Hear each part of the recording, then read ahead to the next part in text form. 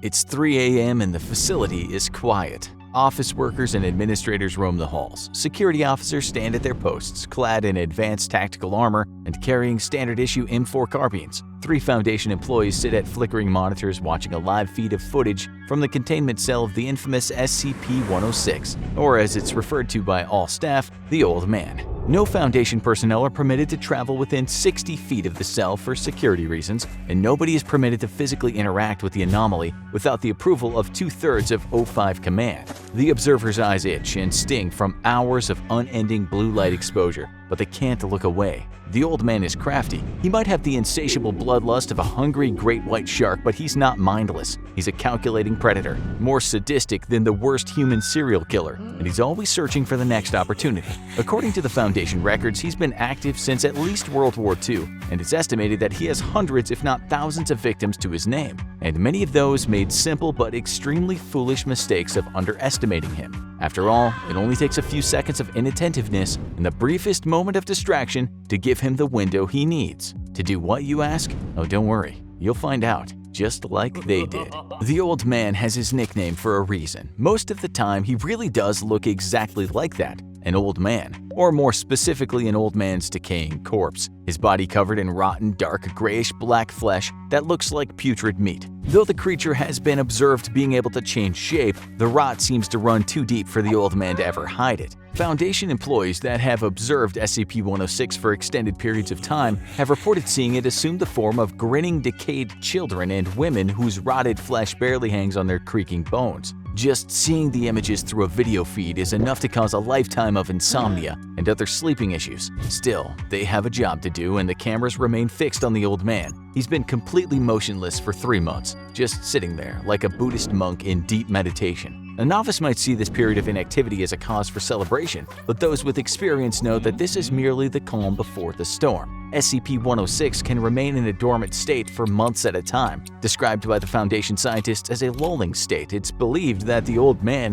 is simply waiting for its captors to get soft, make a mistake, or simply have a momentary lapse in concentration, which is all it needs to make its move. It had happened so many times before, and it was about to happen again. One of the observers must have felt an overwhelming wave of anxiety as he saw the creature ever so slightly twitch. Just a tiny quiver in the shoulder muscles, but that was enough to tell the observer that their day had just taken a terrifying turn. He grabbed the emergency phone fixed to his desk and practically screamed into the receiver that 106 is moving, that they need a tactical team stat. But it was already too late. He and the other 2 observers stared into the monitors with their mouths agape as a gooey, rust-like substance began to pool around the creature on the floor of its cell. Slowly, the creature craned its withered neck around. Its face was fixed into a broad, yellow-toothed, lipless grin. Its eyes had the kind of dull, flat malice of an underwater predator. It looked directly into the camera, directly at them, and smiled. The observers knew this was bad. Really, really bad. With what they could have sworn was a little nod, the Old Man began sinking into the rusty puddle it made on the ground beneath it,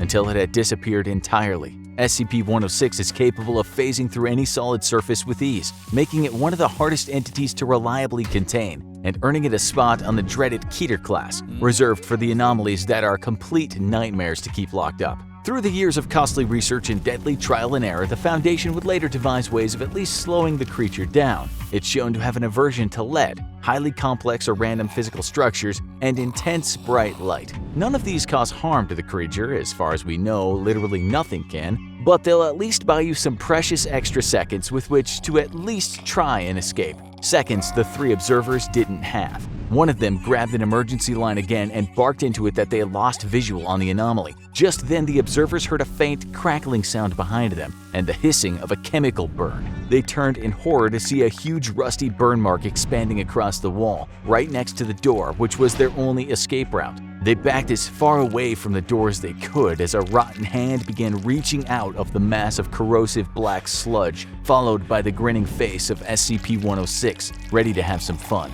Meanwhile, 2 heavily armed security officers, Agents Goodwin and Resnick, came charging down the corridor toward the observation rooms, It became a bleak slogan during SCP-106 escape attempts that all you need to do is follow the screams, and that motto was proven true that night because awful things were happening to the observation personnel. They were certainly screaming about it. Of course, even with the top-of-the-line firearms, there was little they could do to harm the rampaging old man. He seemed immune to all forms of physical damage. All they could hope to do was keep the thing distracted until the scientists and containment specialists finished the preparations to lure him back into his containment cell. Goodwin surged forward while Resnick covered his six. Vigilance was key, as unlike a standard human combatant, SCP-106 could attack from literally any angle, including above or below. Physical obstacles were irrelevant to him, and no cover was safe. The hardened security officers could see the burn mark on the wall of the observation room as they approached. SCP-106 was perpetually coated in a thick black mucus with powerful corrosive properties that left any surfaces it touched permanently marred. Foundation scientists speculated that this mucus served as a kind of pre-digestive substance that tenderizes meat and bone alike, but to what purpose this serves is a mystery, as the old man has never been observed eating. It's postulated that the only purpose is causing additional pain. Goodwin and Resnick knew to treat this hissing sludge as a potential threat, as the corrosive properties would remain active for as much as 6 hours before finally fizzling out. The two officers shared a quiet nod before Goodwin breached the observation room door with a hard kick. The two of them surged inside, guns at the ready. In their time working at the Foundation, they'd seen some truly horrific sights. From the mutilation of D-class personnel, typically death row prison inmates brought in for use as SCP guinea pigs, to the violence and mayhem of a containment breach. But there was nothing in their past that would ever make the horrifying sight they saw in the observation room that night feel normal. All three observers were dead. Almost nothing remained of two of them, and the third, while still intact, no longer looked human. He looked like he'd somehow been dead 100 years in the brief period that the old man had been free. His skin was gray and completely dried out, and his mouth was locked into a perpetual scream. It was a massacre, but there was no sign of the old man. Goodwin grabbed his radio and whispered, "This is Goodwin in Observation Room 6, requesting immediate backup. We have no idea where this thing," but his sentence was cut off by a sudden scream from Agent Resnick. SCP Foundation security officers are as tough as nails, the best of the best, you might say, recruited from the top military organizations in the world. So hearing one of them scream in fright is a rare, if not impossible, occurrence. But even they were forced to yell out in fear when they looked up to see the old man standing on the ceiling, grinning down at them. Resnick raised his M4 and shot a 3-round burst at center mass. SCP-106 didn't care. Even under sustained gunfire from the two security officers, it didn't flinch. The old man simply reached down and snatched Agent Resnick from the ground like it was picking an apple from a tree. The old man held Resnick in one hand and pounded its other rotten fist into the agent's body, breaking all of his bones. Resnick screamed for his partner to help him, but there was no time. Before Goodwin could do anything, SCP-106 began receding back into another slimy burn mark on the wall. Only this time, he was taking his screaming victim with him. Agent Resnick gave one more horrified scream before he was pulled backward into the inky darkness, leaving the room silent except for the burning hiss of the corrosive goo left behind. You might think this would be the end of it, but no. For poor Agent Resnick, the worst was yet to come. He was being dragged into what the SCP Foundation scientists refer to as the Old Man's Pocket Dimension, a miniature layer of reality within our own where the malicious SCP is essentially a cruel, all-powerful god. According to witness reports extracted from victims who were taken to this little nightmare realm, the dimension resembles a series of twisting, endless corridors where the old man stalks and tortures his captured victims to the breaking point, manipulating space and time to his own sadistic ends. On rare occasions, the SCP will even release its victims just for the joy of hunting, capturing, and torturing them all over again. While Agent Resnick was learning the true meaning of terror, containment specialists were mobilizing in its cell, preparing the one known tried and true method of luring the old man back, tempting it with the prospect of causing even more suffering. In order to do this, Foundation personnel take one of the aforementioned Class D personnel and begin inducing extreme pain by breaking a major bone or slicing a tendon every 20 minutes. The victim's agonizing screams are then played over the facility's intercom, acting as bait for the pain-loving old man. The screams echo through the facility's otherwise silent halls as the mutilated corpse of Agent Resnick falls from a new scorch mark on the ceiling. The old man can hear the sounds of suffering ringing out through the air around him, and he can barely contain his excitement over the prospect of a new plaything. The snapped femurs, the torn Achilles tendons, it was all too good to miss. Having had its twisted fun with the security officers and observers, SCP-106 wandered back to its containment cell, where a new screaming victim awaited. The other security officers, containment specialists, and scientists evacuated the area, leaving the old man alone with his prey. While the unfortunate Class D was left to his fate, the rest of the staff commenced cleanup procedures, which mainly involved wiping the brown and black mucus from the walls. It would probably be at least another month before anything like this happened again, and new personnel would be transferred over to the facility to replace the fallen. All in all, just another night at the SCP Foundation. SCP-682 must be destroyed as soon as possible. So begins the SCP Foundation file on the dreaded SCP-682, a highly intelligent reptilian monster that has, despite the Foundation's best efforts, proved impossible to kill. It may not be the most dangerous SCP out there, considering that some are capable of eliminating entire realities, but it's one of the most iconic. And you've probably heard tales of the monster that death forgot, and you know exactly why everyone is so afraid of the so-called hard-to-kill reptile. It's been subjected to some of the most deadly weapons and traps the Foundation could devise, and survived attacks from some of its deadliest fellow SCPs. But before we tell you about the Foundation's many failed assassination attempts against the so-called hard-to-kill reptile, we need a little more groundwork on what this creature even is. The first thing to know about SCP-682 is that this thing wants you and everything you know dead. Unlike some other creatures like SCP-096 and SCP-173, which are murderous but exhibit no real higher processing skills, SCP-682 possesses cunning, advanced reasoning, and even human-level logical intelligence.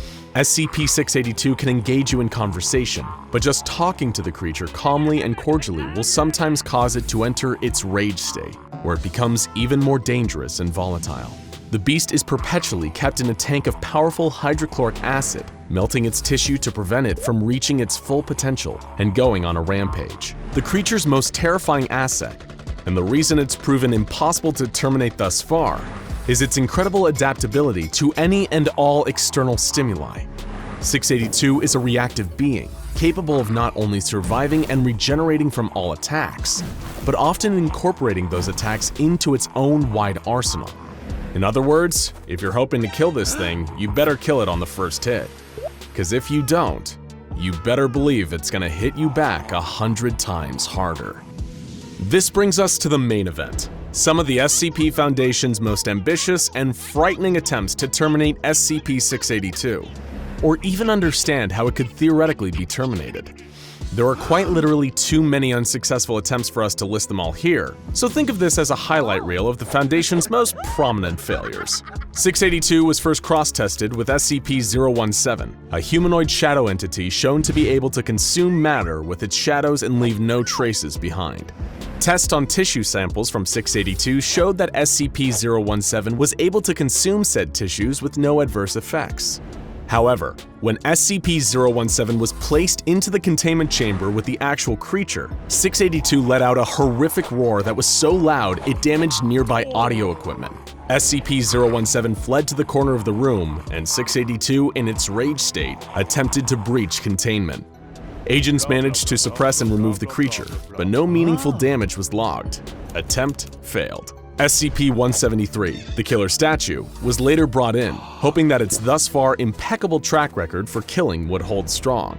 The second that 173 was introduced into the testing area, 682 retreated to the far wall and began screeching intensely. It was intelligent enough to know what it was dealing with here. While the researchers and guards expected an instantaneous reaction, there was actually a stalemate for over 6 hours, as 682 stared at 173 continuously. Eventually, the tie was broken when agents shot out 682's eyes with high-caliber sniper rifles, breaking the line of sight and causing 173 to attack. Though 682 sustained damage to several parts of its body, while its eyes regenerated, the creature was not killed. It then regenerated a number of eyes all over its body, covered in a clear armored carapace that made them resistant to bullets. The stalemate continued for an additional 12 hours as 682 maintained perpetual eye contact. 173 was eventually removed from the containment unit, and the mission was aborted. Attempt failed. In their desperation, the SCP Foundation restored to bringing in another dangerous and seemingly unkillable monster to take on 682. SCP-096, also known as the Shy Guy. As astute SCP fans will already know, this being kills anything that sees its face, with no known exceptions, and when it enters its attack mode, it's thought to be quite literally unstoppable.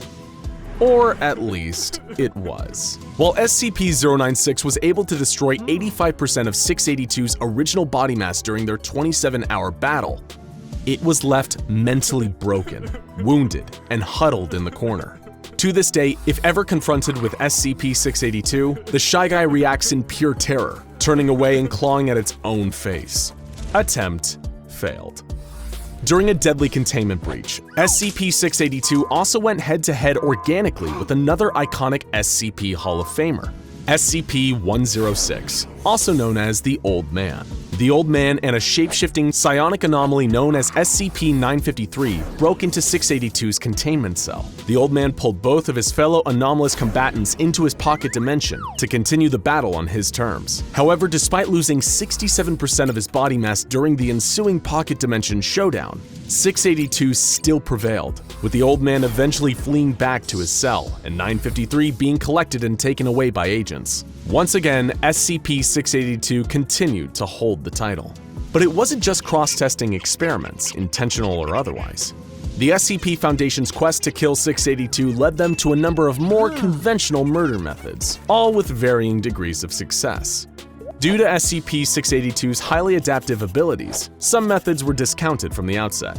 For example, launching a powerful thermonuclear missile at the creature was soundly rejected by O5 Command, on the premise that if the creature wasn't destroyed and evolved to the point where it could shrug off nukes, humanity would be pretty much done for. Other ideas were abandoned just for being too ridiculous, such as one researcher's suggestion to fly the creature through the air and drop it from a considerable height, hoping to kill it with the high-altitude impact. I'm not sure we even need to tell you why that's a terrible idea, but during the experiments on SCP-682, the studies range from honest to incompetent to straight-up evil. One guest researcher fed 2 small innocent children to the creature just to see what would happen. He was then himself fed to the creature for his sadistic behavior, which was viewed as getting in the way of his professional conduct. After all, the Foundation is meant to be cold, not cruel. It was SCP-682 that had the monopoly on cruelty. Memetic kill agents were a resounding failure. They attempted to dismember 682 with a powerful laser, only to have the creature develop reflective surfaces that displaced the beam and caused catastrophic damage to the area around it. They attempted to kill the creature by sucking all the air out of its containment facility and create a vacuum, but it expelled a dangerous gaseous compound that reacted violently and exploded when air was once again introduced into the room. The Foundation used high-precision blades to slice SCP-682 into approximately 12,000 pieces, then separated these pieces. Unsurprisingly, by this point, this attempt also failed. The 12,000 pieces reformed a short while later into the fully operational killing machine we all know and fear. In one particularly frightening display of intelligence and adaptability, the Foundation attempted to kill 682 with extreme heat, but it shielded itself by developing a second carapace composed of solid helium. When personnel entered the room following the failed attempt on the creature's life, it shattered its helium carapace into deadly shards that fired around the room and shredded all Foundation personnel in attendance. It had set a trap, and that trap had been wildly successful. The creature's ability to adapt to seemingly any offense is unparalleled, to the point where Foundation staff have no idea how to classify this creature, whether it's organic, inorganic, or even alive at all based on any definitions we could understand. At every turn, the creature just raised more questions. What is it? Is it possible to destroy it at all by any means? Who was even trying to kill who here? Because it certainly seemed like SCP-682 had a masterful KD ratio by now. More extreme feats of cross-testing continued in the Foundation's growing desperation to eliminate this monster. SCP-162, which is a hypnotic ball of sharp objects, hooks, and high-tension fishing line, was introduced to 682's containment cell. The hooks latched onto the creature and tore huge portions off, including its entire lower jaw and one of its limbs. However, 682 was still able to breach containment, kill 11 people, and badly wound 86 others. It regenerated its severe injuries in no time. The beast was even taken to the domain of the Gate Guardian, one of the proposals for SCP-001. The Guardian had a flaming sword hotter than the sun, capable of destroying its targets on an atomic level. Naturally, SCP-682 survived and regenerated. Perhaps the most fascinating cross-test of all was between 682 and SCP-053, who manifests as a kind, innocent little girl with the unfortunate condition of causing homicidal tendencies in all who come into contact with her for more than 10 minutes. The people with these tendencies would then attempt to harm the girl, but would immediately drop dead shortly after, leaving the girl intact. The researchers present anticipated two possible outcomes here: the optimistic outcome, in which 682 enters a rage state, attacks 053, and died for good, and the realistic outcome, in which 682 attacks 053, possibly experiencing some minor injury or nothing at all, and 053 had to be removed from the containment cell. But that didn't happen. What did occur was considerably more shocking than any kind of violence. When 053 entered 682's containment chamber, the monster became uncharacteristically docile. Researchers and staff were baffled and watched with amazement as 053 approached the terrifying, immortal, mass-murdering monster and began to play with it. 682 even allowed 053 to draw on its face with crayons. Researchers thought they must have been dreaming seeing this surreal display play out. 053 even appeared to have affection for this unkillable misanthrope. It was a single act in defiance of everything they thought they knew. When Foundation personnel entered the containment cell to separate the two, 682 went ballistic and killed multiple guards. 053 also wept, sad at being separated from her new friend. To this day, despite further testing, the Foundation has no idea how or why this happened. Like many details surrounding SCP-682, it's shrouded in deeply frustrating mystery. And so the tale of SCP-682 continues, in spite of the Foundation's best efforts.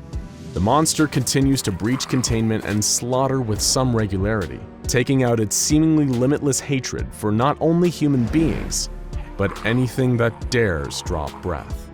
Nobody knows where exactly the creature is from, what its true nature is, or why its ability to adapt and regenerate far exceeds any known organism on this planet. Perhaps one day, through enough research and cross-testing, we can someday answer these questions with scientific precision. But until then, we only have one answer: hatred never dies. The SCP Foundation is no stranger to pure evil. Whether it's a reptile that wants to end all life, a sadistic old man with his own torture dimension, or the personification of death itself lurking beyond a limestone cavern. But what if there was something even worse out there? The embodiment of chaos and cruelty, existing across multiple realities and dimensions. And what if it was coming for us? This is the Scarlet King, believed by many to be the ultimate evil behind much of the trouble the Foundation has faced, and some even speculate that fighting him was the reason the Foundation was created in the first place. But what exactly is the Scarlet King? He's known by many names, almost always including some allusion to the color red, and then a reference to royalty or power: Harak, Kaharak, the Red Shah, the Crimson Khan, PTE 616 Mendez Ex Machina, the Laha Raja, and, of course, SCP-001, to name a few. And like many of the Foundation's mysterious enemies, stories about his true nature and origins abound and are often contradictory. According to the official SCP-001 files of Tufto's proposal, symbology of the Scarlet King has existed in multiple cultures throughout history, with the king often depicted the same way, as a huge red demonic figure, often wearing a gold crown or other headdress indicating royalty. He shows up looking similarly within different cultures' mythologies, despite existing at different points in history or them not having the means to communicate with one another. A number of entities that the SCP Foundation is familiar with are believed to be somehow connected to the Scarlet King, including SCP-2317, a wooden door leading to the realm of a being known as the Devourer, who's expected to escape and cause an apocalyptic event in the next 30 years. But really, there's no way of knowing just how many SCPs are directly connected to the Scarlet King.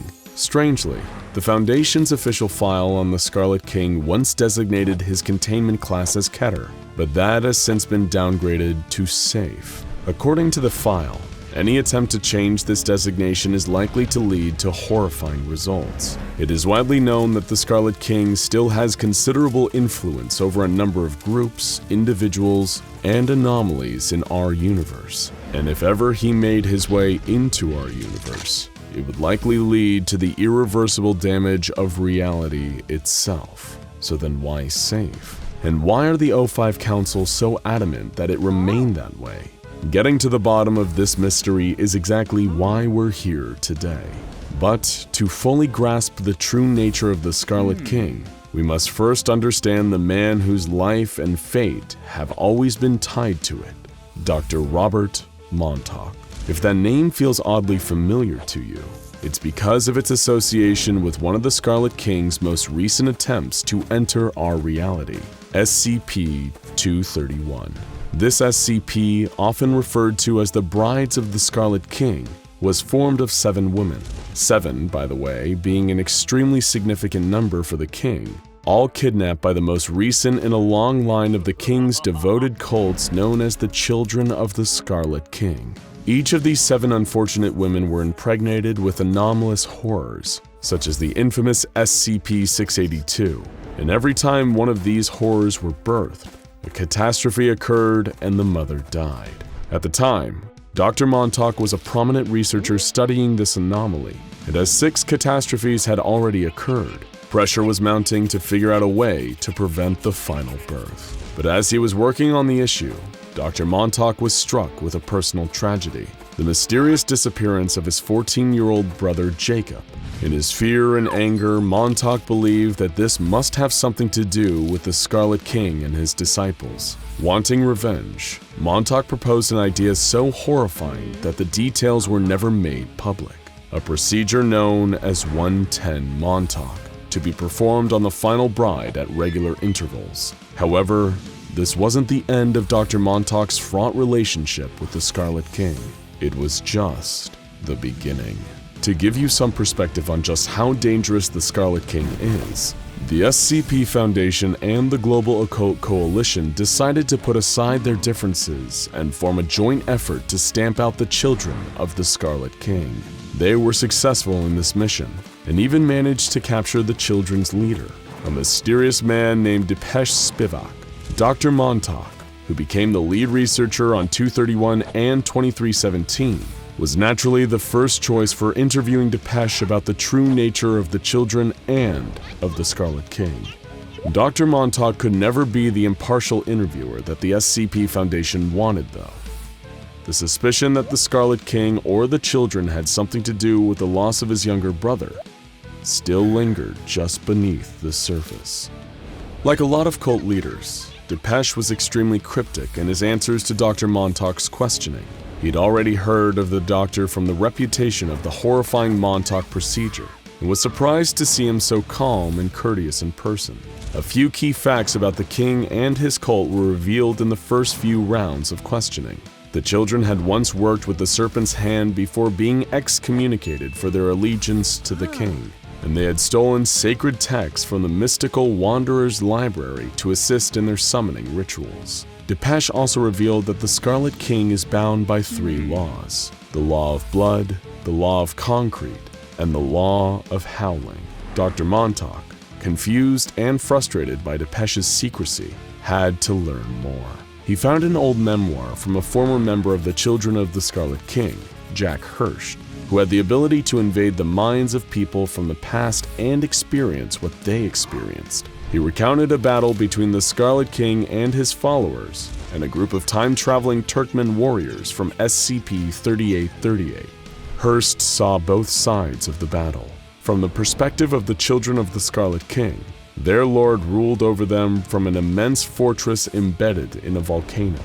From the perspective of the Turkmen, the children were starved and beaten peasants, commanded by the king's voice in the roaring howl of the wind. Montauk also found extensive records of summoning rituals performed by various Scarlet King-aligned cults. Interestingly, some of them incorporated the use of carved SCP Foundation symbols. What could this mean? Montauk returned again to Depeche, who finally gave him the truth about the Law of Blood. This is the Law of the Scarlet King. It's defined by poverty, violence, starvation, hate, and most of all, fear. Like the serfs in the Middle Ages, persecuted by and subjected to violence from the nobles. To the children of the Scarlet King, this sense of holy pain and awe is the only way to live. The alternative is the law of concrete, which means the modern age defined by empty safety and false comfort. Buildings, easy to access food, healthcare, knowledge, technology. This is everything that the Scarlet King despises. But the mystery only deepened as Montauk found files from a former Foundation operative by the name of Agent de Beauvoir. Montauk learned that the Scarlet King didn't seem to appear until after the Foundation was created. And in fact, it seemed that the greater interest the Foundation took in the Scarlet King, the more powerful he became. How could this be? Things were also getting stranger on a personal level for Dr. Montauk. Depeche repeatedly pressed him about his brother's disappearance and the Montauk procedure during the interviews. Little by little, it was beginning to take its toll. The questions still plagued him. What was the law of howling? Who or what really is the Scarlet King? How did he come to be? Montauk's search was causing him to act more like the children of the Scarlet King, ranting about the horrors of the modern world. How all of us are living a lie, how the only honest way to live is suffering under the dominion of the Scarlet King. This philosophy is summed up in the words of one cultist named Ariadne Cartwright, who said, "We must learn what it is to die, to be enslaved, truly, brutally enslaved, with no compassion or compunction from our masters. We must learn what it is to be taken towards a single purpose, to know and truly understand our lack of agency. We must be beholden to the words of gods and darkness, the tempest-tossed refuse of a race of fools. We must kill modernity, postmodernity, with all its analysis and sneering observation. There is only one rule, the rule of chaos, for humanity, for life, for the Scarlet King." Basically, anytime humanity tries to exert control over the world, the Scarlet King gets stronger. Every time they try to understand or organize or categorize their world, the Scarlet King gets stronger. As colonial and imperial powers conquered and invaded lands like India, Africa, and South America, and subjugated their beliefs under Western ideas, the Scarlet King grew stronger. Montauk was beginning to truly understand the power of his enemy here, and even worse, he was starting to understand his part in it. Montauk, slowly being driven mad by the knowledge he was gaining, realized that the Scarlet King's greatest enemy, the SCP Foundation, was also its greatest asset. Every time they tried to understand the monster, to give him some kind of comprehensible form, they only made him more powerful.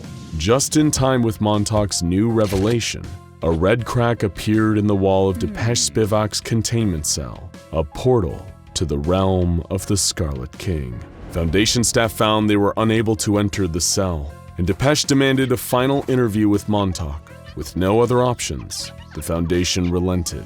In their very last conversation, Depeche congratulated Montauk for finally understanding what he was dealing with. The Scarlet King, Depeche told him, is an idea, a concept. He is a being given power through the conflict between the old and the new.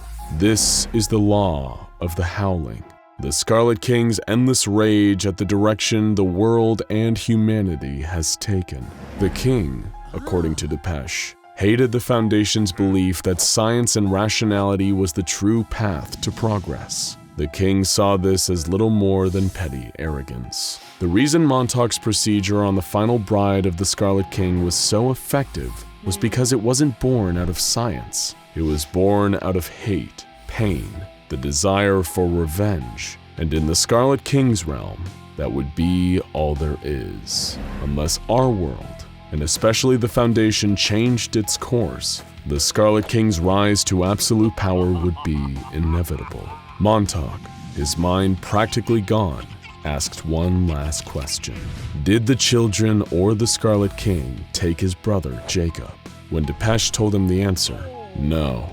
And in response, Montauk shot him dead, finally bringing an end to the children of the Scarlet King. In light of his new revelations, Montauk begged the O5 Council to change their ways in order to avoid letting the Scarlet King break into our reality. They refused, saying Montauk's ideas were too radical. But they knew they couldn't just ignore the threat posed by the Scarlet King. They would have to take some steps. And so the O5 Council of the SCP Foundation, the most powerful and secretive group in the entire world, in order to prevent the most dangerous threat that humanity has ever known from breaking into our reality and enslaving all the people of the world, finally did something. They changed the classification of the Scarlet King from Keter to safe, and made its description on the official Foundation files deliberately vague. The O5 Council thinks this will be enough to stop the Scarlet King's power from continuing to grow, but Montauk knew it wasn't enough. He had seen the truth, and he couldn't unsee it. While the Foundation was going on as normal, Montauk grew to despise them. He knew the Scarlet King was coming. He knew that he couldn't be stopped, and that our whole reality was little more than sitting ducks. Dr. Robert Montauk is no longer a researcher for the SCP Foundation. No, Dr. Robert Montauk chose a different path. He's now a child of the Scarlet King, a devotee of madness, hate, and chaos. You can't beat the Scarlet King after all, and as the old adage goes, if you can't beat him, join him. Ask yourself a simple question. Is the world around you real? It seems like the answer should be pretty obvious. Of course the world as you know it is real. How else would you be able to interact with it? Perhaps a better question would be this. How much do you trust that the world you know is real? How much do you believe that reality, as you experience it, is constant and cannot be changed by external forces? Now imagine, if you can, an entity to which the very fabric of reality is like clay, able to be shaped and molded at will. Then imagine that this entity, this malicious, twisted, and unknowable horror, has taken a special interest in you. If you can picture such a scenario, then you may as well be standing in the shoes of James Talleyrand, a Foundation researcher assigned to SCP-3999. Talleyrand could only have imagined what the Foundation kept contained in an airtight cell all the way at the bottom of a kilometer-long shaft, and never expected that this was where his lifeless body would be found. Despite having the entity contained, the Foundation's only knowledge of SCP-3999 came from a text document discovered on Talleyrand's phone after his demise. Even their own records indicated that no such creature ever existed. Why? What could possibly shape reality in such a way that it could hide its own existence from the Foundation? And where was it now? The document on Talleyrand's phone yielded some evidence, seeming to be a long, rambling, and confused account of some sort of battle between a reality-shaping entity and the ill-fated researcher sent to examine it. Unlike many of the Foundation's documents, the entry for SCP-3999 is riddled with contradictions and strike-throughs, a confusing mess of information that makes piecing together the mysteries of Talleyrand's fate all the more difficult. Beneath the strange formatting and uncertainty surrounding SCP-3999 lies the tale of one man's torture for the amusement of an impossibly powerful and eternally sadistic creature. Based on the information available, it appears that SCP-3999 was fixated on Talleyrand. Upon his arrival to the entity's cell, the researcher had no idea how long he would spend in the company of SCP-3999, or that he would never emerge alive. Many SCPs contained by the Foundation require their own specially made prisons in order to hold them and maintain the safety of Foundation staff as well as the outside world.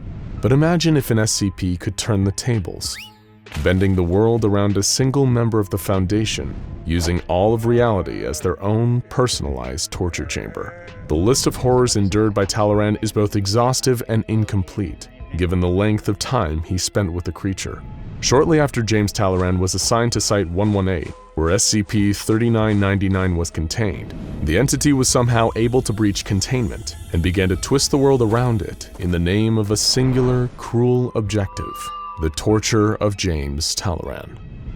The creature, while having no physical description, possessed the capability to cause either a CK-class reality restructuring event or a ZK-class end-of-reality event. SCP-3999 was somehow able to both destroy reality itself while simultaneously rebuilding it around its prisoner, Researcher Talleyrand.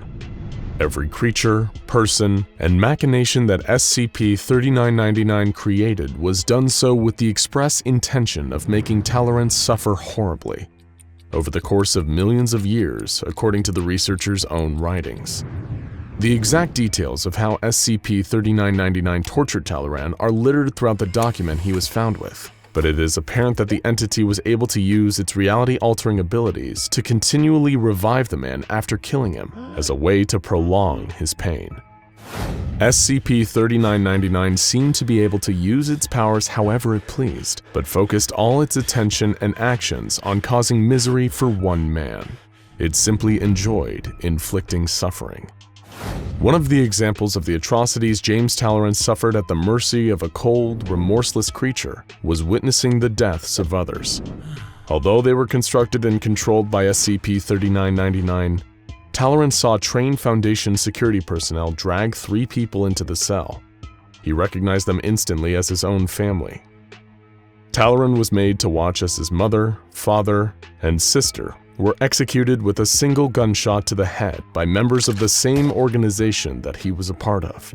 All of Talleyrand's professional colleagues were also killed in front of him, followed by anyone and everyone that had come into contact with James Talleyrand, including the O5 Council. He was made to watch as they were systematically murdered one by one, all for the enjoyment of SCP-3999.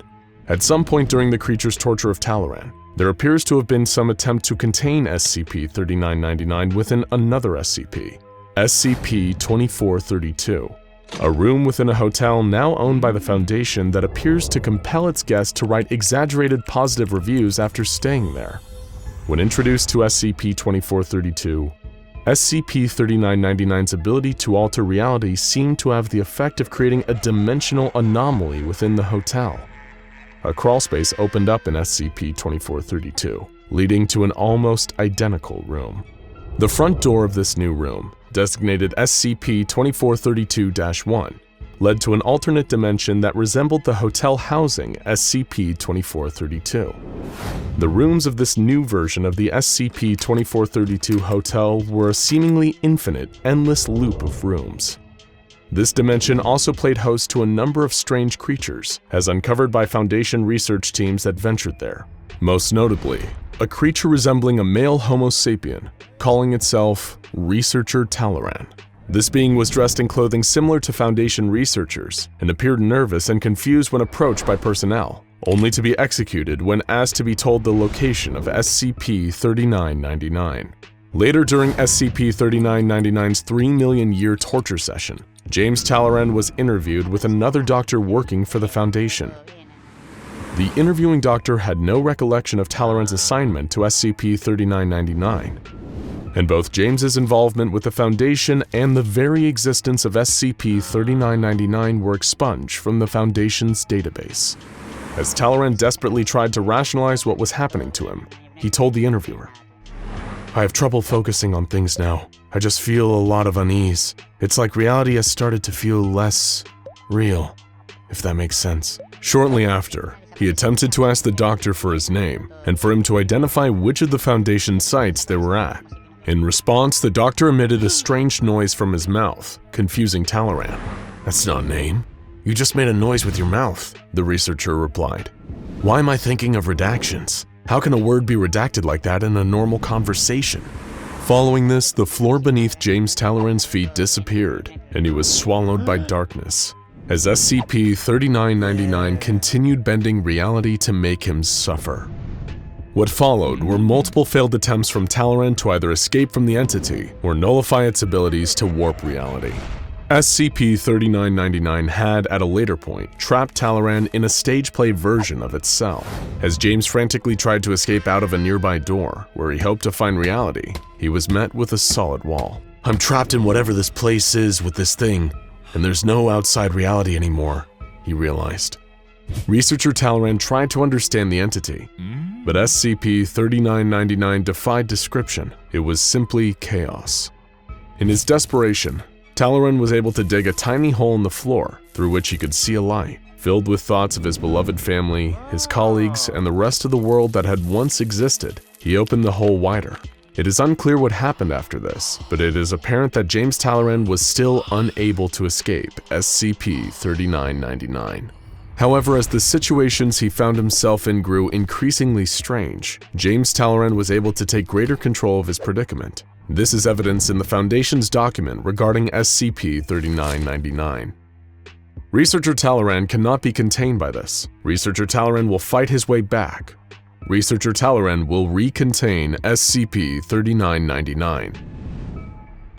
This torture had gone on long enough, and researcher James Talleyrand was determined to be free of the creature that had taken such sick pleasure in his pain. Talleyrand at one point was able to subdue SCP-3999, although it is initially unclear how he accomplished this. There were several attempts made to contain the entity, using a recursive joke, a melon, the graves of American crime novelist Robert B. Parker, or an O5 council member, and a roach motel. It is believed that every single one of these attempts failed. Attempting to beat the creature at its own game, Talleyrand tried to turn SCP-3999's reality-altering powers against it by imagining the entity as something easier to subdue. These included several moldy blankets, a murderous penguin, and a pillow. Eventually, Talleyrand was able to contain SCP-3999 with the aid of 48 trained containment personnel, all of whom were also researcher Talleyrand. During this time, a conversation between the two were partially recorded, although any dialogue from SCP-3999 suffered from data corruption. Claiming to finally be in charge and in control of the situation, Talleyrand interrogated SCP-3999, berating the creature for keeping him prisoner. "You can't frighten me anymore. For the first million years of nonsensical containment procedures and tortures and dream logic, it was the worst pain I had ever felt, but I survived.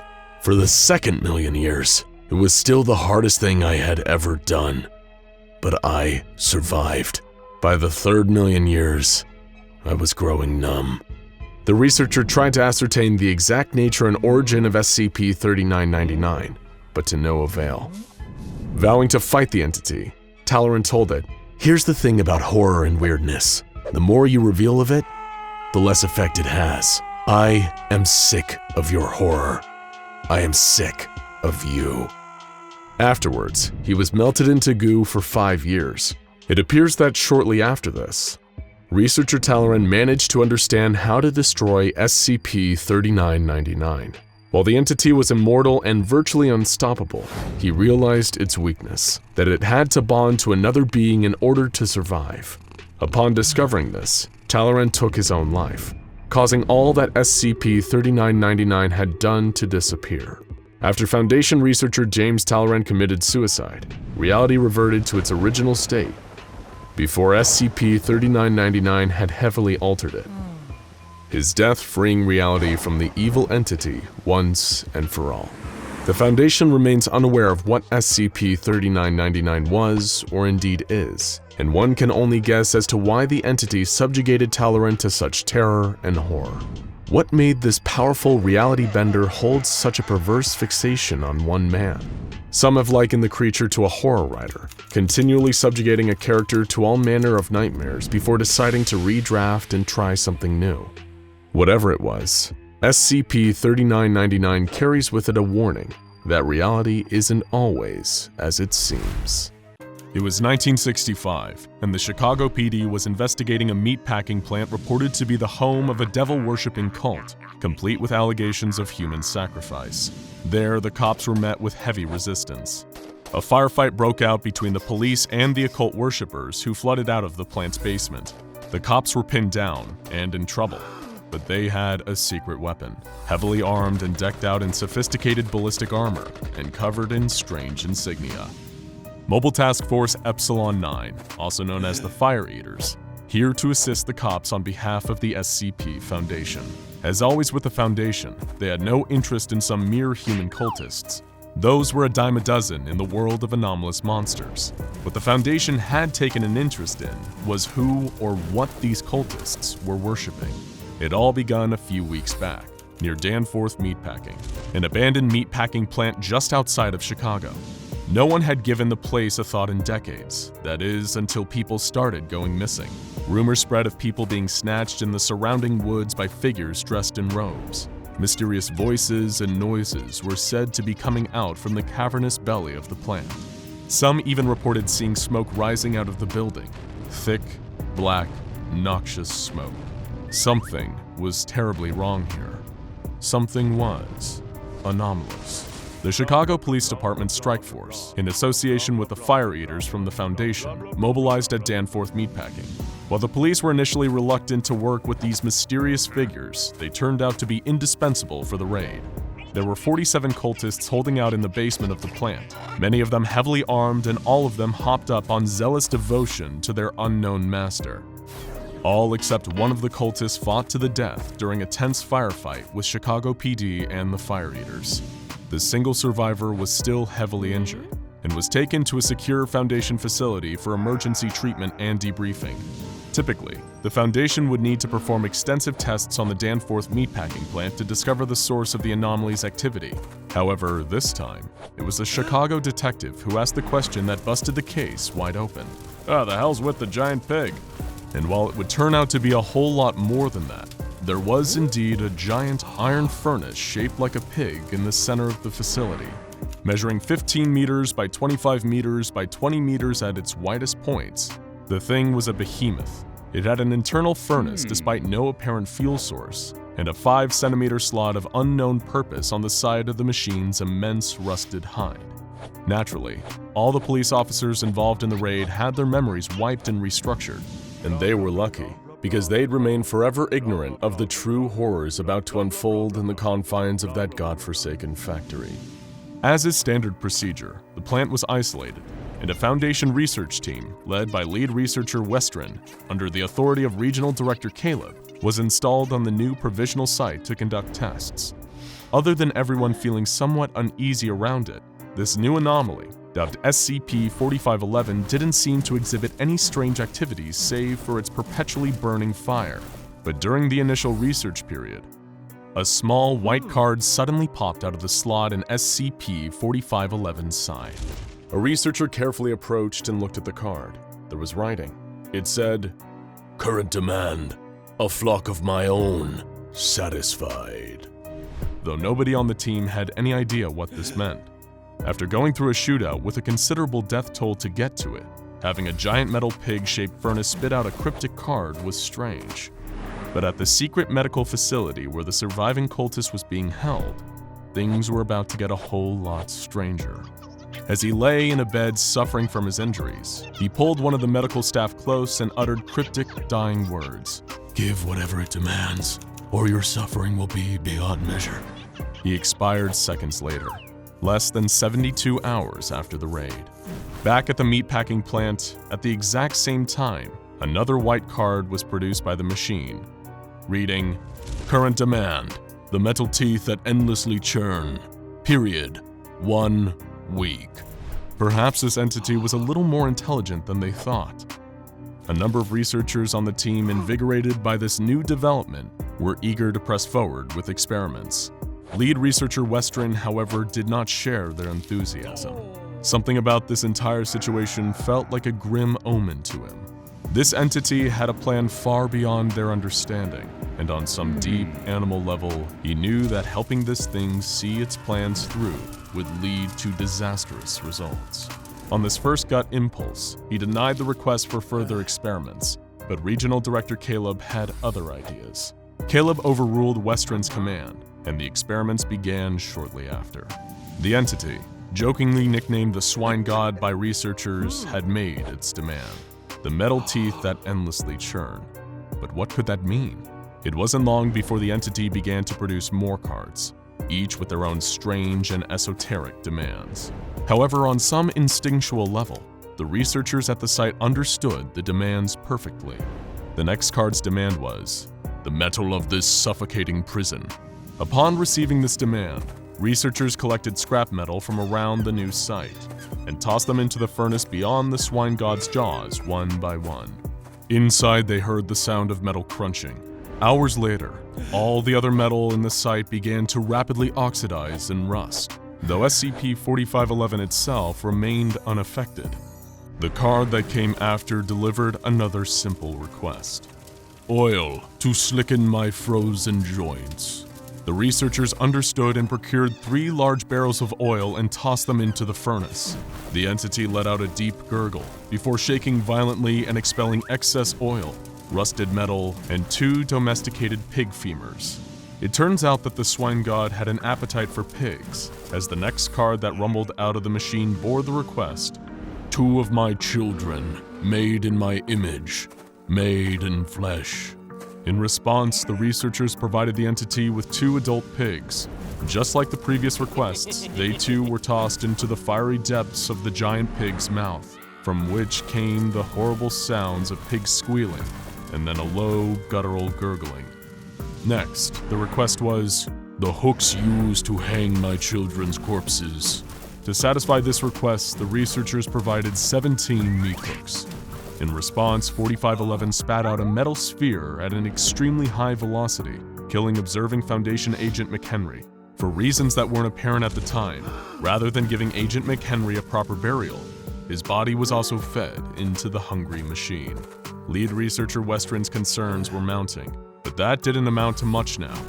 4511 had developed a taste for flesh, and the researchers were all too eager to obey its command. On the swine god's order, it was fed a German shepherd. An hour later, the entity spat out some teeth, 6 of which came from a dog and 1 from a human. More than once, it released a card with a blunt request. "A worker for the line." The researchers knew exactly what this meant. It required a human sacrifice. SCP-4511 was given 2 D-Class personnel. 1 was flung back out seconds later, crunched and burned to death, with several internal organs missing. The other had a more mysterious and altogether upsetting fate. The second D-Class was heard screaming in the belly of the furnace for roughly 2 hours. 34 minutes later, a strange liquid was excreted by the machine. When the liquid was tested, they found trace amounts of chemicals like pig urine and motor oil, but most disturbing of all, human genetic material that was identical to that of lead researcher Westron. It seemed that the swine god had finally taken an interest in him. After some final requests for large quantities of coal and even human children to fuel its fires, it made a request that sent the whole thing crashing down. "The false foreman, delivered to my maw to prove your faith." Lead researcher Westron knew what this meant. They all did. The swine god was demanding him in sacrifice. Lead researcher Westron tried to shut down the entire project, but the swine god was faster than him. One of his own researchers shot Westron in the leg, as the others gathered round and forcibly restrained him. He tried to reason with his subordinates, but it didn't do him any good. The swine god had crawled into all their minds and corrupted them. They were his servants now, and Westron was doomed. Despite his protests, the servants forced him into the mouth of SCP-4511, and after a little over 4 minutes of screaming, Westron was devoured just like all the other sacrifices. Upon receiving news of the horrors unfolding in the Danforth meatpacking plant, Regional Director Caleb declared the security of the site compromised and sent in Mobile Task Force Epsilon 11, aka the Nine-Tailed Fox. The 4 elite MTF soldiers were given the simple instruction to figure out exactly what had happened and to eliminate any potentially compromised Foundation staff members who'd fallen under the swine god's power. When the team arrived, they realized just how far gone the whole place was. Almost everyone was dead, having been sacrificed to the machine, and the ones that were left were completely insane.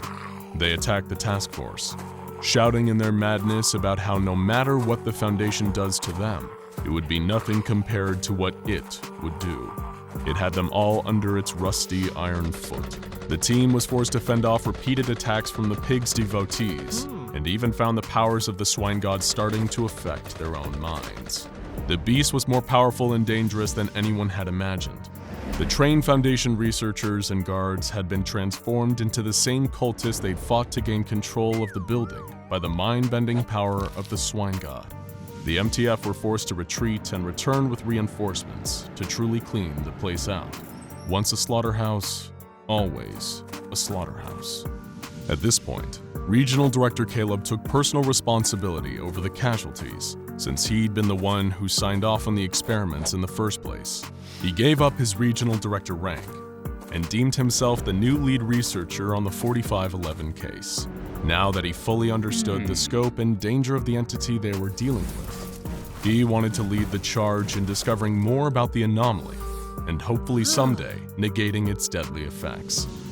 This may sound like a happy ending, in spite of all the violence, bloodshed, and human sacrifice that brought us here. But beware of the premature celebration. Despite investigation, the swine god retained no evidence of the objects, animals, and people it consumed and burned. Perhaps it burnt them down to their very atoms, if those even still existed. What we do know is that not long after lead researcher Caleb and his subordinates installed themselves into the facility, SCP-4511 produced one more little white card. It read, "Current demand, a flock of my own, satisfied." And if we've learned anything today, it's that the swine god gets whatever it demands, a brutal truth that lead researcher Caleb is likely to understand much sooner than he thought.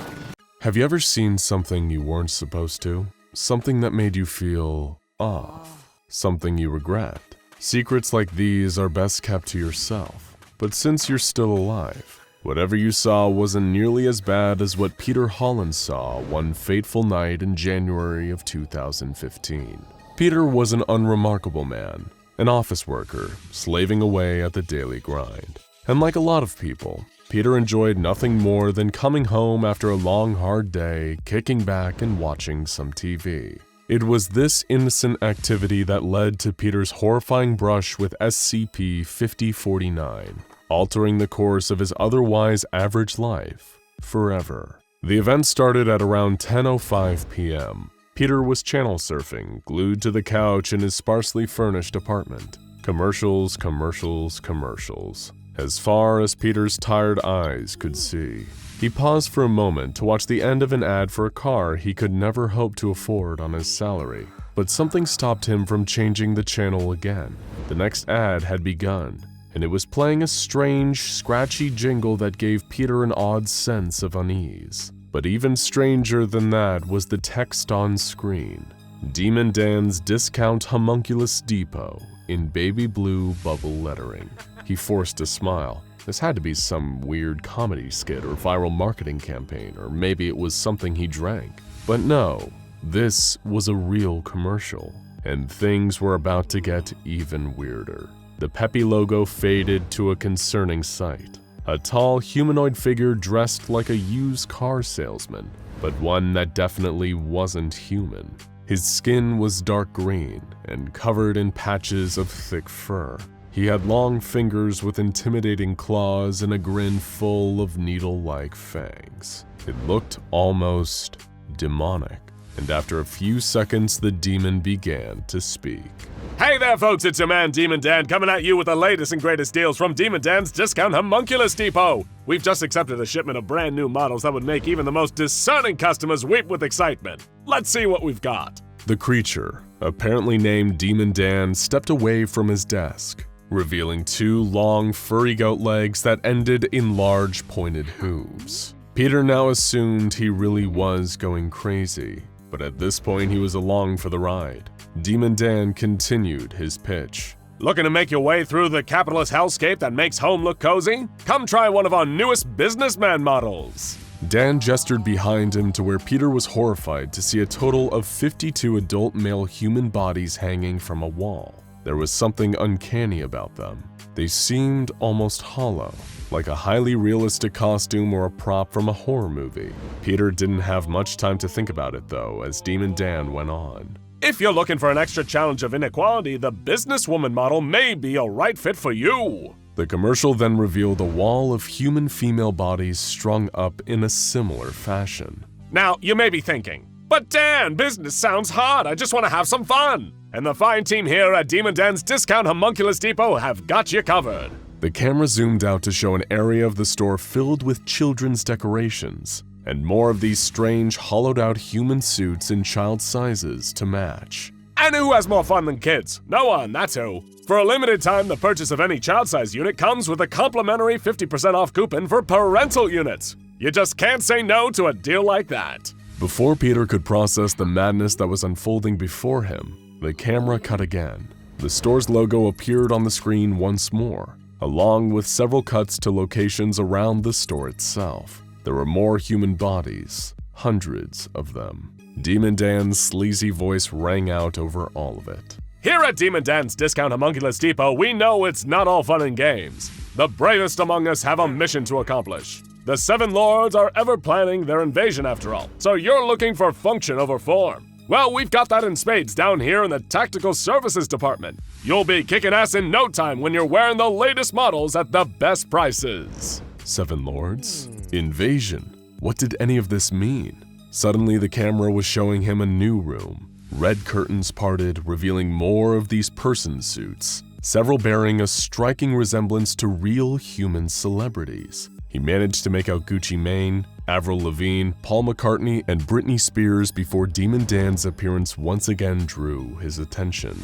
I've got a special treat for you. We're happy to announce the VIP Lookalike Department. We all know how difficult the creation of homunculus is. It's a fine art that takes years of practice. So when a replacement order on VIPs comes in, every detail needs to be perfect. Unfortunately, that's not always the case. But for the right price, you too can look like famous icons from around the globe. The image of celebrity bodies faded from view, and Peter was left looking at the grinning Demon Dan standing behind the front desk of his impossible store once more. He said, "There you have it, folks. Come on down to Demon Dan's Discount Homunculus Depot. If you're viewing the advertisement, then you've been selected for entry. Please enter the nearest door for instant deals and upgrade those old duds for one of our newest models. What are you waiting for? Come on down." The logo popped up again, hovering above some bold text that said, "Please enter the nearest door." Peter had had enough. He switched off the TV. What a horror show, he thought.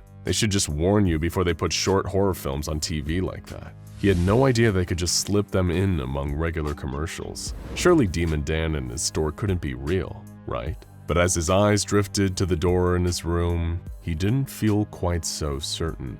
Well, there was only one way to find out. Peter got up, went over to the door, took a deep breath, and walked through it. Peter Holland was never seen again. Not as himself, anyway.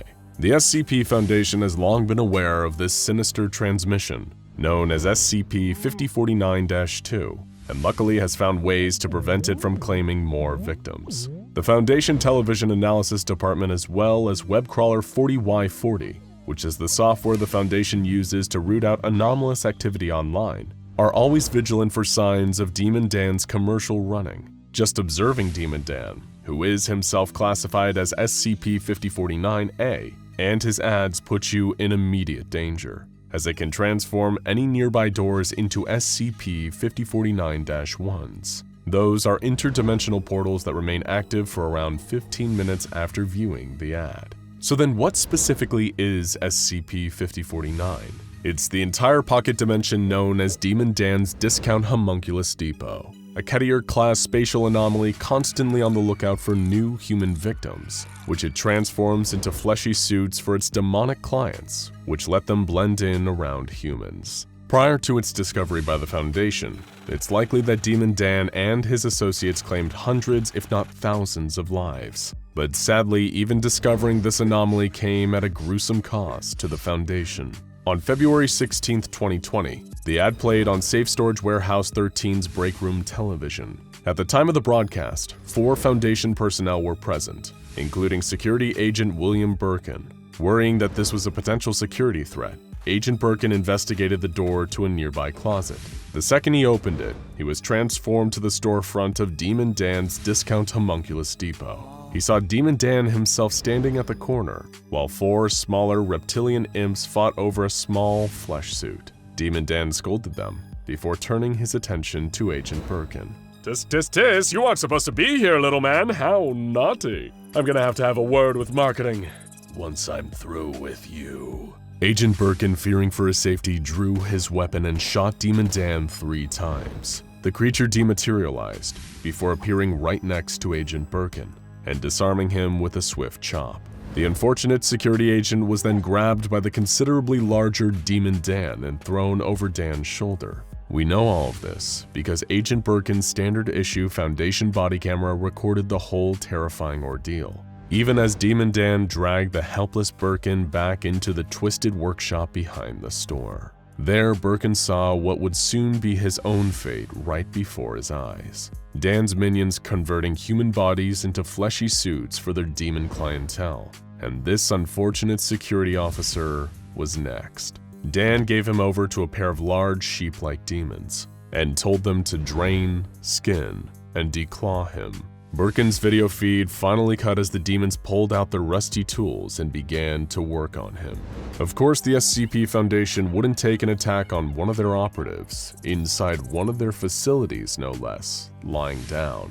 The unfortunate death of William Birkin allowed the Foundation to refine their methods of intercepting the broadcast of Demon Dan's commercials. They even had a new mobile task force, Mobile Strike Force Kappa 11, or the Baphomet Bashers, specifically to deal with Demon Dan and his cronies. They did more than just prevent him from taking new humans, though. When the Baphomet Bashers teamed up with an A-class clairvoyant entity to improve their efficiency in predicting future broadcasts, they were able to launch sting operations and arrest 21 different demonic customers for interrogation.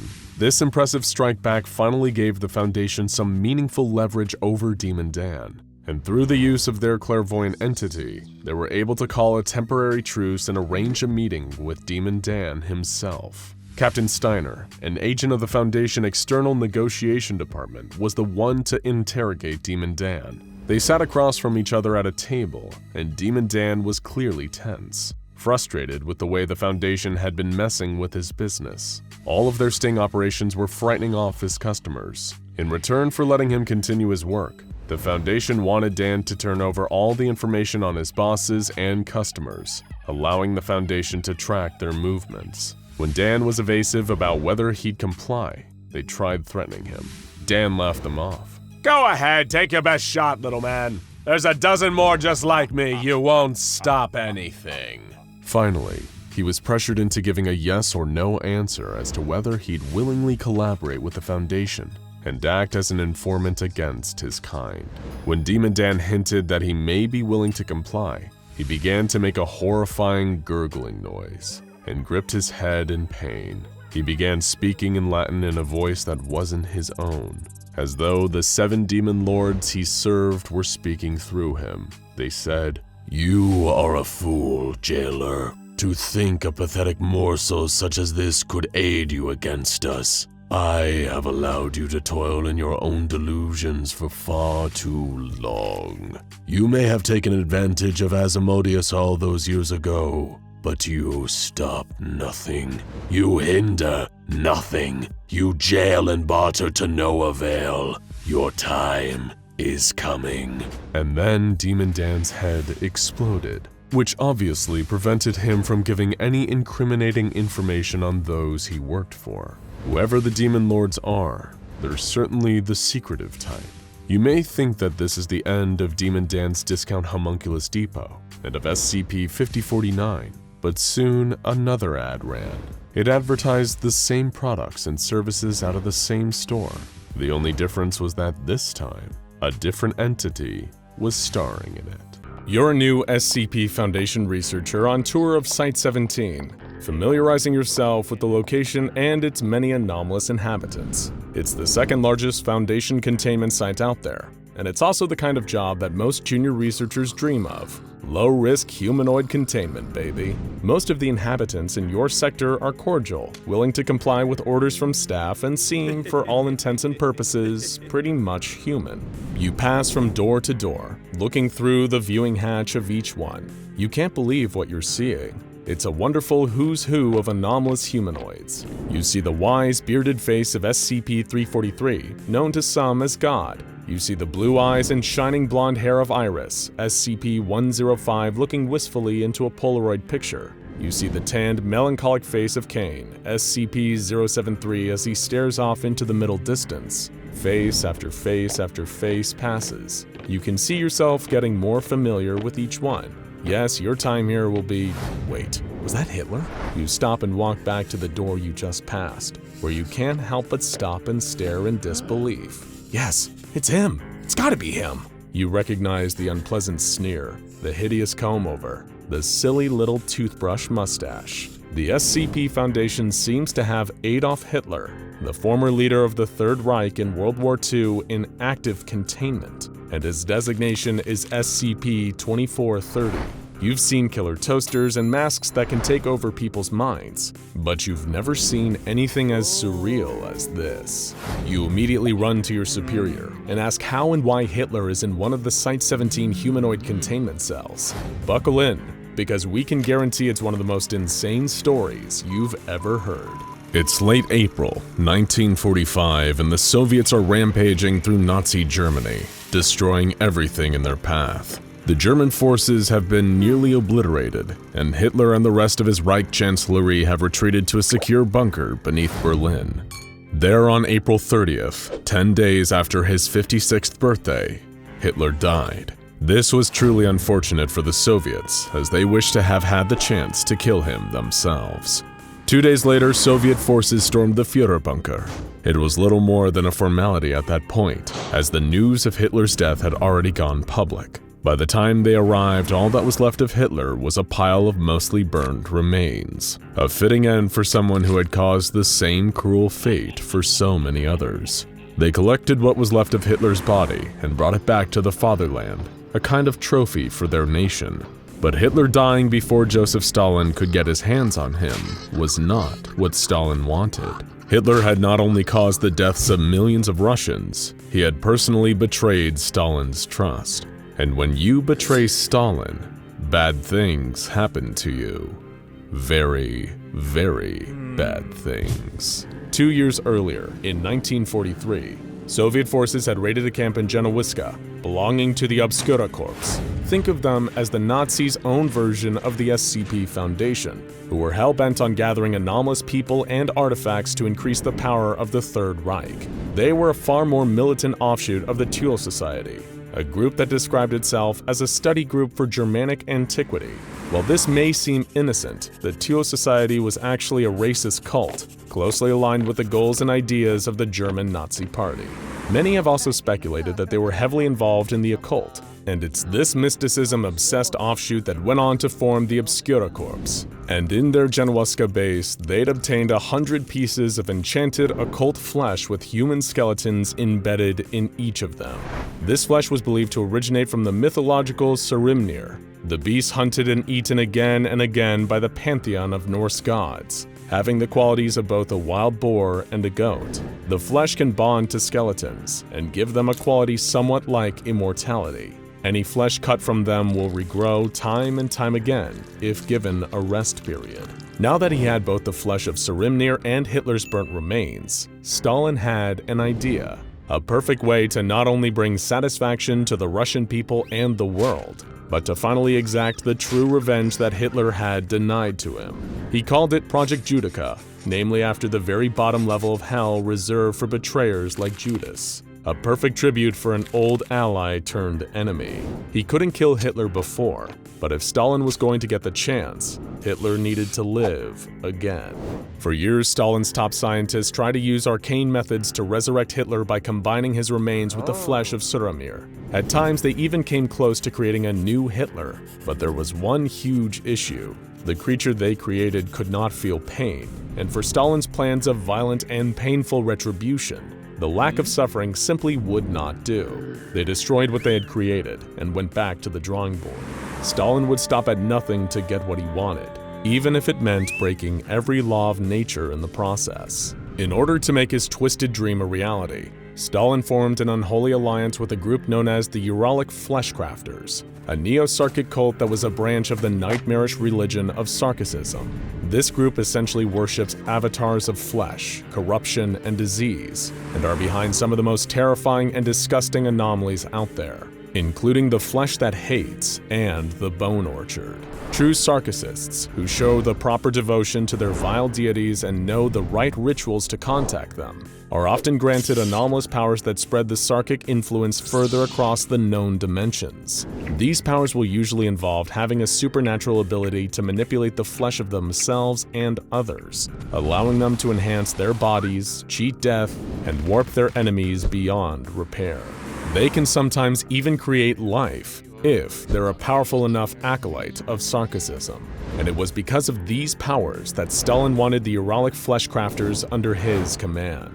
In exchange for their participation, he would give them a vast quantity of the flesh of Suramir, which they could use for their own sinister Sarkic purposes. A deal was struck, and the true work of resurrecting Hitler began. Stalin was very specific in his requirements. He gave the Uralic Fleshcrafters extra bones to compensate for what had gone missing from Hitler's burnt remains. He also gave them samples of the flesh of Suramir to achieve the desired effects of a near-immortal tolerance for damage. However, Stalin demanded that he heighten this new Hitler's capacity to experience pain, so that every suffering inflicted on him would be 3 times worse than anyone else. And true to their word, the Fleshcrafters got to work and began creating just such a creature. By now it was the early 1950s, and Stalin was putting the pieces in place for his grand revenge. Once the new Hitler was finished, he would hold a new trial for him in the Russian courts, where he would preside over the sentencing personally.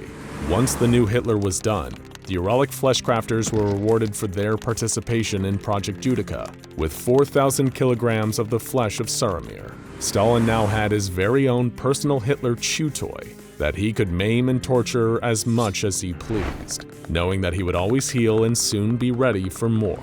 In their infinite generosity, the Fleshcrafters even taught Stalin a new method of torment for his old enemy, a process known as the Rite of Nyos. It's a torture that's been described by many as being like the Chinese Ling Chi, also known as the lingering death, or slow slicing, but it is probably best known as the death by 1,000 cuts. The Soviets and the Sarkics parted ways. For the next few years, Stalin took a great deal of pleasure in visiting Hitler's cage now and then to torture him, until Stalin himself eventually passed away from natural causes. The GRUP division, which is essentially the Soviet answer to the SCP Foundation, decided it would be best to do away with the immortal Hitler clone after Stalin's death.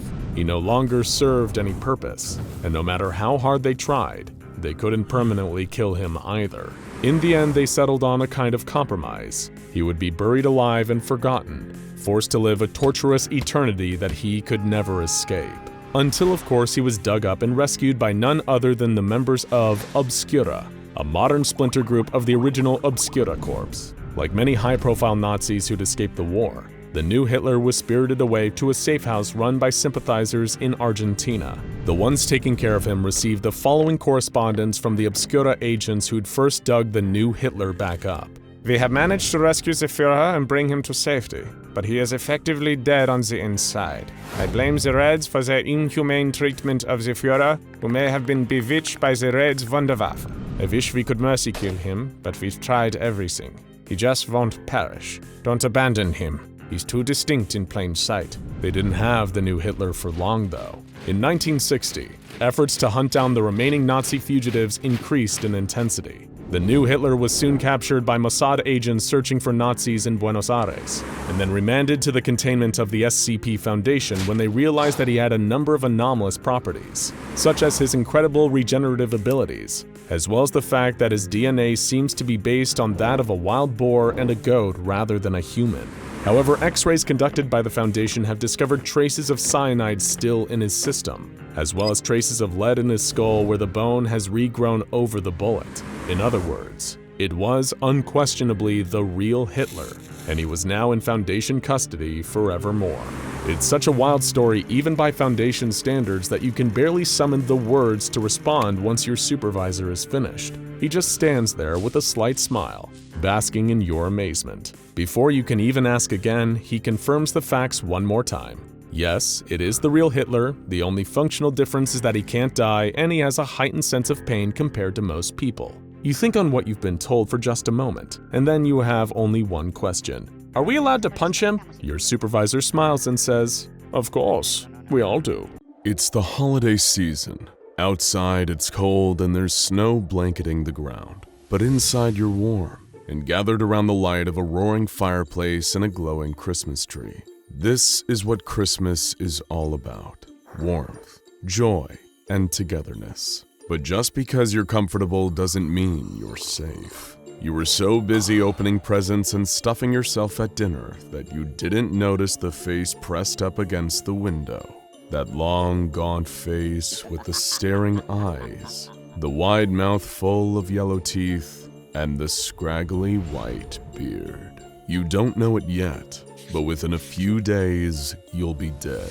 You might be able to avert this horrible fate if you knew what exactly you were dealing with. SCP-4666, also known as the Yule Man, a Keter-class Christmas monster so violent, sadistic, and terrifying, he makes Krampus look like Jolly Saint Nick. And this year, just like every other, he's planning on being very, very naughty. The SCP Foundation began cataloging the Yule Man in 1974 after a string of violent and eerily similar home invasions during the holiday season. But they have reason to believe that this entity has been around for a whole lot longer. Over 2,000 years, in fact. Stories that describe what look to be Yule Man massacres date back as far as the 1st century BC in Scandinavia, and there have been reports of similar clusters of events happening around the same time every year since. This monster is prolific, and may have one of the highest body counts of any creature under observation by the Foundation. The Yule Man's trail of destruction became clearer in the 18th century, as accounts of the carnage it leaves became more detailed. Later still, authorities even managed to find physical evidence like the Yule Man's fingerprints, which are similar to human fingerprints but display a distinct double whorl pattern not seen in human fingerprints. Much about the anomalous nature of the Yule Man is still unknown though, and the Foundation has yet to discover an effective way to contain it. Their only hope is intercepting it before it can get its long, gnarled fingers on its intended prey.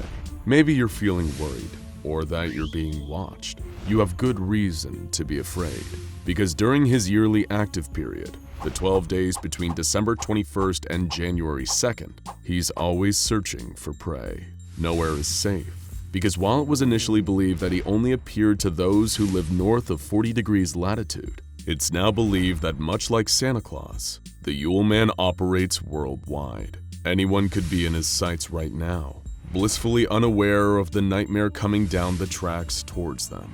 Thankfully, the SCP Foundation, through analysis of these attacks which are known as Weihnacht events, they've been able to find certain patterns. But first, what does the creature known as the Yule Man even look like?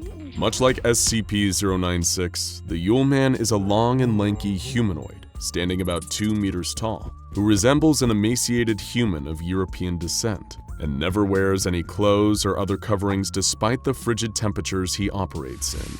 You might be sad if you're spending Christmas alone, but it at least guarantees you safety from the Yule Man, as he only appears at the homes of families with a child under the age of 8 present. He also seems to favor isolated and rural locations, and Weihnacht events only occur when there's a healthy covering of snow on the ground during the event, hence the name, which means White Night in English. It's also vital that you recognize the 3 distinct stages of a Weihnacht event too, or you won't be seeing much of the new year. The first stage occurs during the space of a week. Children in the home might start to seem worried or afraid. They might tell you that they see something strange in the distance. The figure of a man they don't recognize, standing just far enough away that you can't fully make him out, except that he's really tall. Of course, you probably won't see anything, and your instinct will be to tell them there's nothing to be afraid of. Even when they tell you, through tears, that there's a man pressing his face up against their bedroom window at night. But they are right to be afraid, and you should be too. Already at this point, your only hope is to try and spread the word as soon as possible. Report the incident to the local police. Write about it on Facebook, tweet about it, whatever it takes. The SCP Foundation has operatives trawling the internet and monitoring police reports constantly during this period, especially for reports of mysterious men in the snow watching homes from a distance. Getting the Foundation's attention is your best hope of stopping this thing. And if you don't, next comes Stage 2, taking place between nights 8 and 11 of the active period. No longer will the Yule Man just be lurking on the periphery. Now he's getting closer. You'll start to hear strange noises in your attic or on the roof. Noises that sound almost like footsteps. That's crazy, you think. It's probably just an animal. But then, the smell starts. An awful rotten stench that fills the house. But no matter how hard you look, you can't find the source. Finally, on the last night of December, you'll tell yourself that you'll take this matter to the police. But of course, it's already too late. The Yule Man is here for the 12th night. The Weissnacht is finally upon you. At this point, one of two scenarios will happen. In the first, you and your entire family will be tortured and murdered, except the youngest child, who the Yule Man will kidnap. The SCP Foundation keeps files on a number of notable instances of this kind of Weissnacht, and the details are truly gruesome. Reports of incidents have involved crucifixion, the removal of tongues, burning, dismemberment, post-mortem bite marks, and decapitation. In all instances, though, the entire family was killed except the youngest child, who simply disappeared. The Yule Man is a merciless and sadistic beast. You're now probably wondering, if that's the first of two Weissnacht possibilities, what's the second? In the second, if you're tremendously lucky, you and your family will survive. But that doesn't mean you won't face a grisly experience. In this scenario, which occurs during about 15% of Weissnacht events, you'll hear footsteps throughout the night, but thankfully you wake up alive. And when you do so, there are gifts waiting for you. The problem is, all these gifts are made out of human body parts. For example, in 1976 in Canada, one family received the gift of a ball made from a severed human head wrapped in skin. In Kazakhstan in 1903, a family received a flute made from a hollowed-out human femur. And in the Netherlands in 2003, a family received a wooden hairbrush covered in human teeth ranging from 400 years old to a mere few days. These gruesome gifts are referred to as SCP-4666-A, and it was one of these gifts that gave us the best insight yet available into the true nature of the Yule Man. Several gifts were dropped off at a family's residence in Hoonah, Alaska in 2018, but most notably among them was the horrific SCP-4666-A-0960, a life-size doll made from a human body with its eyes removed and mouth sewn shut. Worst of all, though, was that the girl was still alive. The family who received this twisted gift was given ME sticks by the Foundation, and the living doll was taken for medical treatment. Before succumbing to her extensive injuries, the girl was able to deliver some insights into what exactly happened to the children who were abducted during Weissnacht events. The children taken by the Yule Man are forced into a large sack that seems much bigger on the inside than it appears as he makes his rounds, traveling from house to house, murdering and kidnapping.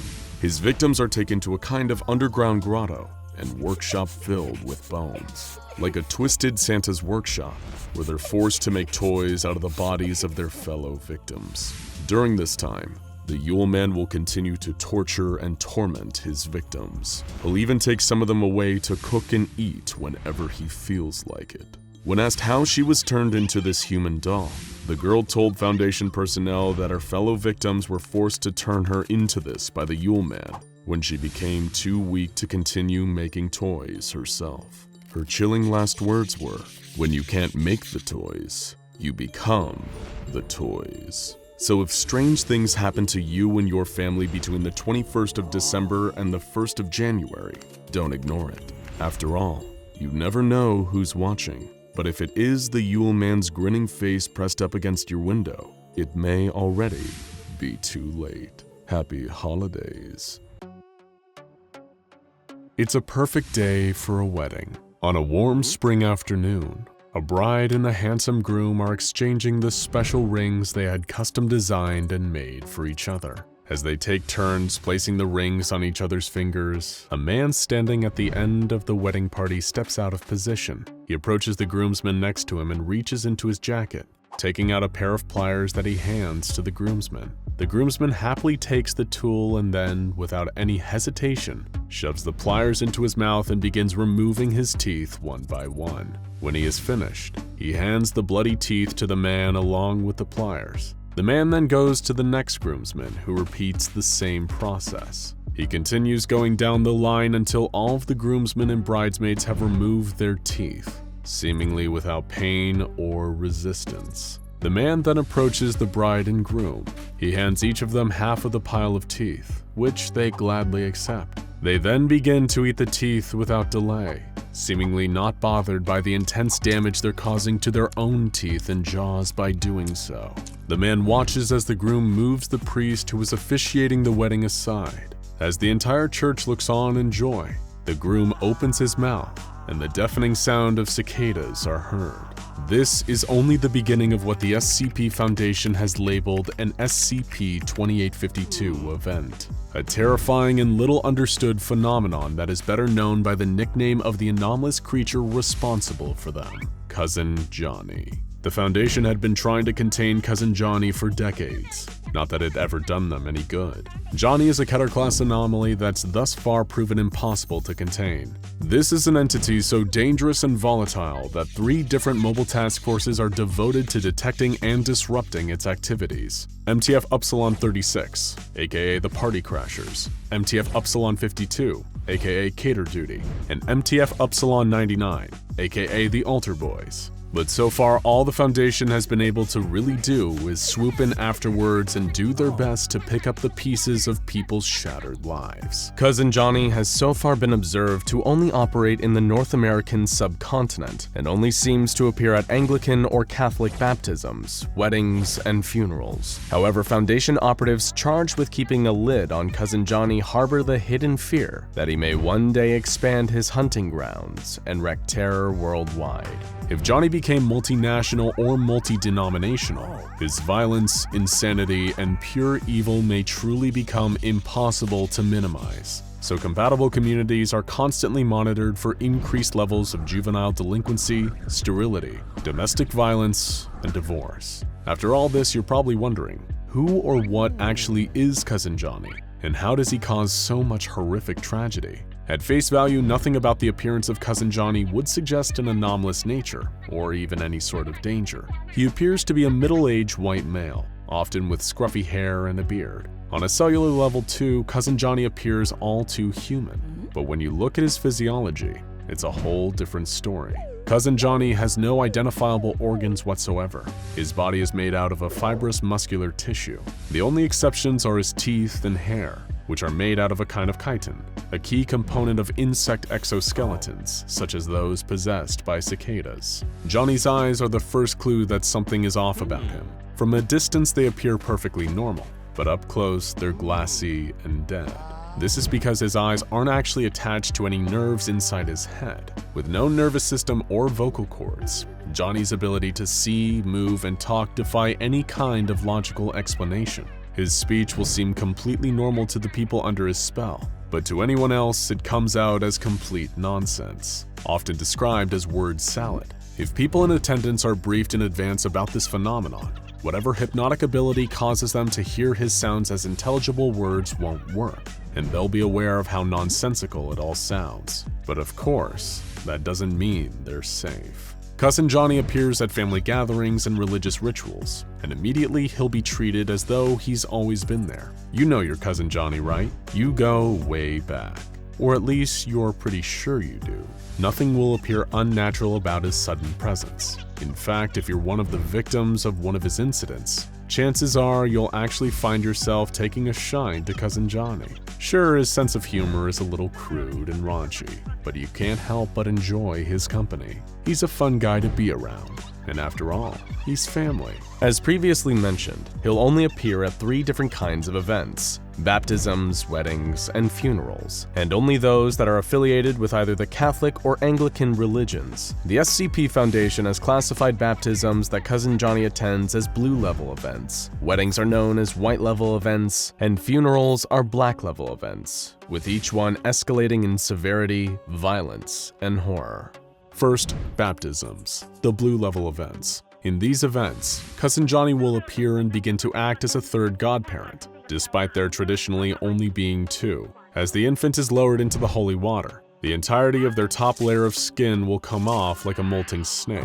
Despite looking horrific, this apparently causes no harm to the child. The godparents will then eat this discarded skin as though it's the most normal thing in the world. After this, the family will leave the church together, and Cousin Johnny will leave with them.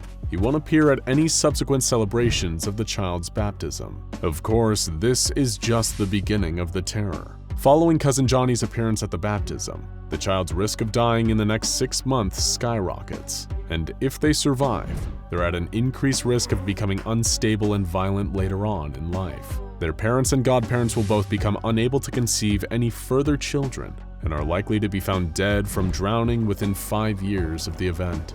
Those who are only tangentially involved in the baptism ritual have a massively increased chance of failed pregnancies, or if they do conceive, they may become a danger to their offspring. Children who live through blue-level events and survive past adolescence will experience adverse side effects when encountering the songs of cicadas well into adulthood, from experiencing physical sickness to going through dangerous psychotic episodes. Weddings or white-level events are more complex and severe. In this case, Cousin Johnny will insert himself into the wedding as a groomsman, and the most horrifying events will begin to take place after the vows have been exchanged. Johnny will provide various implements that allow the bridesmaids and groomsmen to remove their teeth, which are then given to the bride and groom to eat, which they do, causing severe damage to their own teeth in the process. The groom will then vocalize an unknown cicada call at an incredible volume, as loud as 140 decibels in some instances, rendering the bride and everyone else near the altar completely deaf. At the wedding reception, where everyone is continuing to behave as if nothing out of the ordinary is happening, Cousin Johnny will ruin things farther by giving the best man's speech. The speech is more of his typical complete nonsense, though if you're there you'll never realize this, and think that this is the best speech you've ever heard, with some in the audience laughing hysterically while others cry uncontrollably. Once his speech is done, he'll present a gift to the newly married couple: 3.5 kilograms of human hair in various colors, 13 deceased specimens of a certain cicada known as Linnaeus cicada, and 23 human teeth in a cardboard box. DNA tests on all the gifts have been inconclusive as to their origin. Much like many celebrity marriages, unions that occurred during white-level events never last, and all end up divorced within 2 years, often as a result of domestic violence, and any children born during their brief marriage will be violent and unstable. But it's not just the wedding party that gets to experience the fun of a visit from Cousin Johnny. All married individuals who attended the wedding will find that they are unable to conceive children, despite no biological indicators of infertility. Any children present at the white-level event will show no interest in romance throughout their life, and often die tragically before reaching the age of 18. Finally, and most horrifying of all, are funerals, or black-level events. While blue and white-level events can potentially be disrupted before they are completed, lessening or preventing the horrific results, there is as yet no way to stop or prevent a black-level event at any stage. Any attempts to prevent Cousin Johnny from entering the church or funeral home will lead him to simply manifesting inside. Once in the room where the funeral is taking place, Cousin Johnny will first take up the role of eulogizer and begin speaking his standard nonsense to the attendants. The person who was emotionally closest to the departed will then open the casket, if this was not already an open casket funeral, and will then produce a large knife. It's unknown where the knives come from, as they're not present before the event and they disappear after. The funeral attendees will then use the knife on their wrists and sometimes throats, draining their blood into the coffin. Many lose more than enough blood to result in death, but none ever die from this, nor do they seem to feel any pain from their wounds. As the attendees take turns bleeding into the coffin, Cousin Johnny continues his eulogy, which eventually evolves into a cicada song, the kind sung by Linnea's cicada males. The attendants sing the same song back to him in a kind of call and response. Cousin Johnny will then approach the coffin and vomit in a mixture of blood, wood pulp, and dead cicadas. The funeral will then proceed as normal, and the blood, vomit, and cicada-filled casket is then taken to the cemetery and buried. Black level events will usually end with the body being interred in the ground, but if there's a wake after the funeral, the horrors of the black level event will continue. At the wake, Cousin Johnny will climb on top of a table, lie down, and encourage the other attendants to devour him, which they do. All the while he continues to talk his nonsense, until there is nothing left. Much like blue and white level events, being in attendance leads to horrific after effects. All participants who experience this event will separate from their family through either suicide, moving, or divorce. Every individual present at the event will also find that they are no longer able to produce offspring, and couples present may also fall victim to incidences of domestic violence, often involving cannibalism, that usually leave one or both participants dead, while 6 out of 10 children involved will attempt to murder one or both of their parents before they turn 18. These black level events are so horrible for all involved that any members of the specialized Cousin Johnny mobile task forces that happen to witness such an event are treated with Class A amnestics before they are transferred to another task force or retire, to ensure that they don't have to live with the memories of what they saw.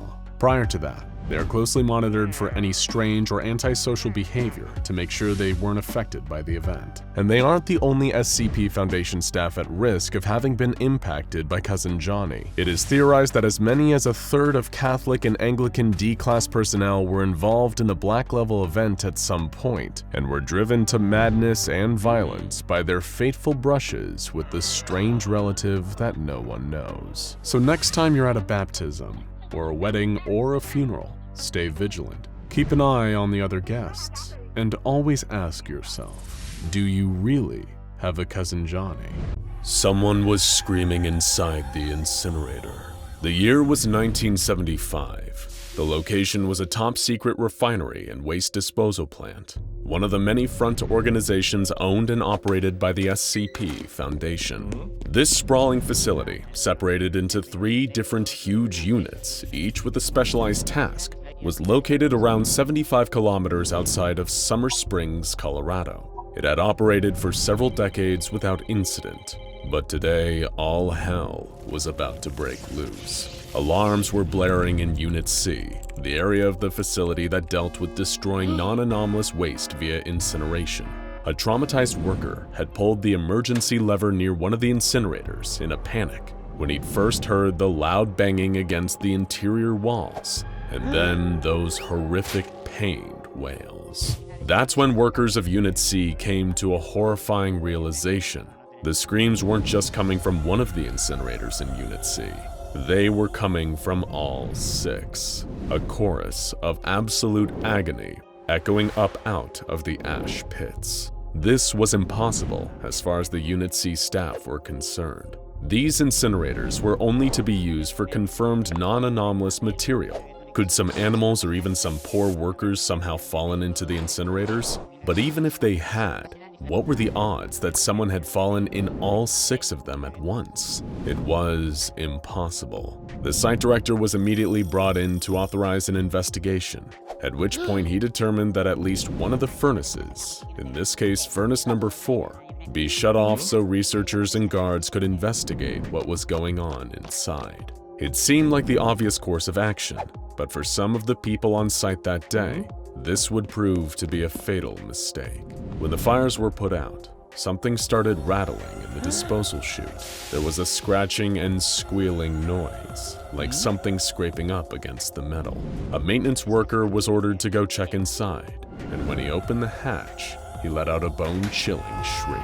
There was something, or was it someone, climbing back up the disposal chute. It emerged from the darkness, backlit by the still-burning embers of the incinerator, letting out an awful screeching noise that could make even a hardened Mobile Task Force operative shake with fear. The creature was humanoid, a charred, mutilated skeleton reaching out towards the maintenance worker with a bony claw. Before the worker had a chance to stumble back in horror, the beast had clasped him by the throat and started to squeeze. It didn't even need to strangle him. The heat of its skeletal hand burned away the worker's throat in seconds, leaving his limp, wheezing body to drop to the metal grate of the platform below him. Several armed guards and maintenance workers moved forward to fend off the monster, but just then a volley of more violent shrieks echoed out of the chute behind it. It only took seconds for over a dozen more creatures to crawl out of the disposal chute. They were all like the first, people at various stages of incineration. Some were glowing, charred skeletons with barely any flesh, others looking more like severe burn victims, their faces contoured into scowls of hate and rage. The assembled guards opened fire on the sudden influx of anomalies, emptying the magazines of their submachine guns into their burning bodies, but their weapons didn't seem to cause any lasting damage. The bullets would tear through the flesh of the creatures, causing some of them to stumble and fall, but the wounds would close and the creatures would rise again. It seemed they possessed a deadly combo of extremely high aggression and incredible regenerative abilities. None of the staff present in Unit C were safe as the burning corpses attacked anyone they could find with their bare hands, beating and biting and clawing. Many of them would grapple with Foundation personnel, latching onto them and trying to pull them back down into the incinerator with them. These creatures, that would later be known as SCP-2419-A, caused several fatalities with their surprise attack that day, and the situation was only brought back under control when a mobile task force that possessed more advanced training and weaponry was dispatched to the location. Despite orders from the site director, the MTF found it impossible to actually terminate any of the entities due to their regenerative abilities. Instead, the MTF agents focused on forcing the anomalies back into the chute of Incinerator Number 4 using a powerful industrial steam lance. Once they were back inside, the incinerator's burners were started up once again. The MTFs were also able to capture 5 of the entities and detain them for questioning and experimentation, finally bringing this unexpected containment breach to an end. The Foundation is an organization that prides itself on possessing forbidden and secret knowledge, but even they had no idea what had just happened. There seemed to be no earthly explanation why these creatures would suddenly manifest inside the incinerators. But as the detained anomalies continued regenerating, a slightly clearer picture of what exactly the Foundation was dealing with began to emerge. Every single one of the captured anomalies kept regenerating, and upon getting to the point that they were no longer burn-scarred, the researchers studying the anomalous creatures discovered that each one was identical to a deceased D-class from the Foundation's records. They were physically and genetically identical to the dead Class D personnel, perfect copies, save for the fact that their sole mission in life seemed to now be pure and unmitigated aggression and violence. Researchers wanted to gain greater insight into the minds of these strange creatures through the use of extensive psychological evaluations and interviews. It would turn out to be a very dangerous investigation. A psychological researcher by the name of Dr. Warren conducted an interview with one of the SCP-2419-A instances in hopes of better understanding their mindset. This creature had been heard laughing not long before the interview began, so it wasn't an unreasonable assumption to believe that it could be capable of speech. The interviewee was separated from Dr. Warren by a thick pane of glass to prevent it from indulging in any of its more violent urges. The problem was that Dr. Warren and his assistant researchers had severely underestimated what these creatures were capable of doing to get what they wanted. Dr. Warren tried to begin the interview in good faith. He spoke calmly and politely to the creature through the glass, attempting to remind it of the person it once was. The anomaly didn't appear to be paying attention to the doctor, though, instead focusing on pulling its own arm apart and breaking the bones within. Dr. Warren began to think that the creatures weren't even sentient, if the only activity they seemed to engage in was the wanton destruction of themselves and others. But underestimating them like this proved to be a big mistake. By removing the skin off of its arm and whittling its bone down to sharp edges, the anomaly had transformed its arm into a makeshift knife. Before anyone realized this, it had already used its own jagged bones to break the glass divider and attack Dr. Warren. He perished not long after being stabbed multiple times in his face and eyes, and the anomaly was forcefully taken back to its holding cell. Dr. Daniel Jennings, a senior researcher, was then put on the case. He released a chilling memo of the creatures after his observation period ended. It read, "Before I came here, I worked as a prison shrink. Every person you met had a story bursting with pain and sorrow. Sometimes these stories were about the pain they suffered. Sometimes it was about the pain they inflicted. Some days you felt like everyone there was a beautiful soul torn down by their circumstances. Other days you'd find out what some of them did, and a part of you was glad that they were there to suffer for it. But at the end of every day, I always told myself, they're all humans. They're all people. They all deserve the same dignity, respect, and love as everyone else. No exceptions." Dr. Jennings goes on, "I opened up with that anecdote only so that you could understand that what I'm about to say is not said lightly. These things are not people. They are people-shaped monsters. They are well beyond any definition of psychopathy. Everything they do to hurt, maim, and kill. I would pity them, but that would imply that they're worth pitying. Put them in a hole, then fill that hole with concrete. Better still, throw them back into the incinerator where you found them. I doubt they'll even care." Following this string of unfortunate incidents, containment procedures were put into place to hopefully prevent anything that had happened to the unlucky Foundation staff from happening again. The entire facility was fenced off and was constantly patrolled by MTF Beta 7, also known as the Maz Hatters, a group specializing in containing anomalies which present powerful biological, chemical, or radiological dangers. The furnaces that the anomalous creatures emerge from remain lit at all times, with workers checking and carrying out maintenance on every single one each day of the week. Outside of this, the facility is essentially a no-go zone. Reinforced steel hatches cover the chutes, and they are to forever remain bolted shut. All because of that one terrifying day in 1975. That was the day that the Summer Springs Waste Disposal Facility, which had been a valuable asset to the Foundation for decades, instead became classified as the Euclid-class anomaly, SCP-2419. It is not uncommon for a Foundation asset to one day become a dangerous anomaly requiring containment, but the same question always pops up after. Why? What had a place that had been so valuable to the Foundation suddenly become such an active danger? The answer, as is often the case, is contained within the question. Why would a waste disposal plant be so important to the Foundation in the first place? And more importantly, what else was going on at the plant to make it such an area of active importance for one of the most powerful organizations in the entire world? To put it simply, the plant allowed the Foundation to dispose of something far more important than mere waste material.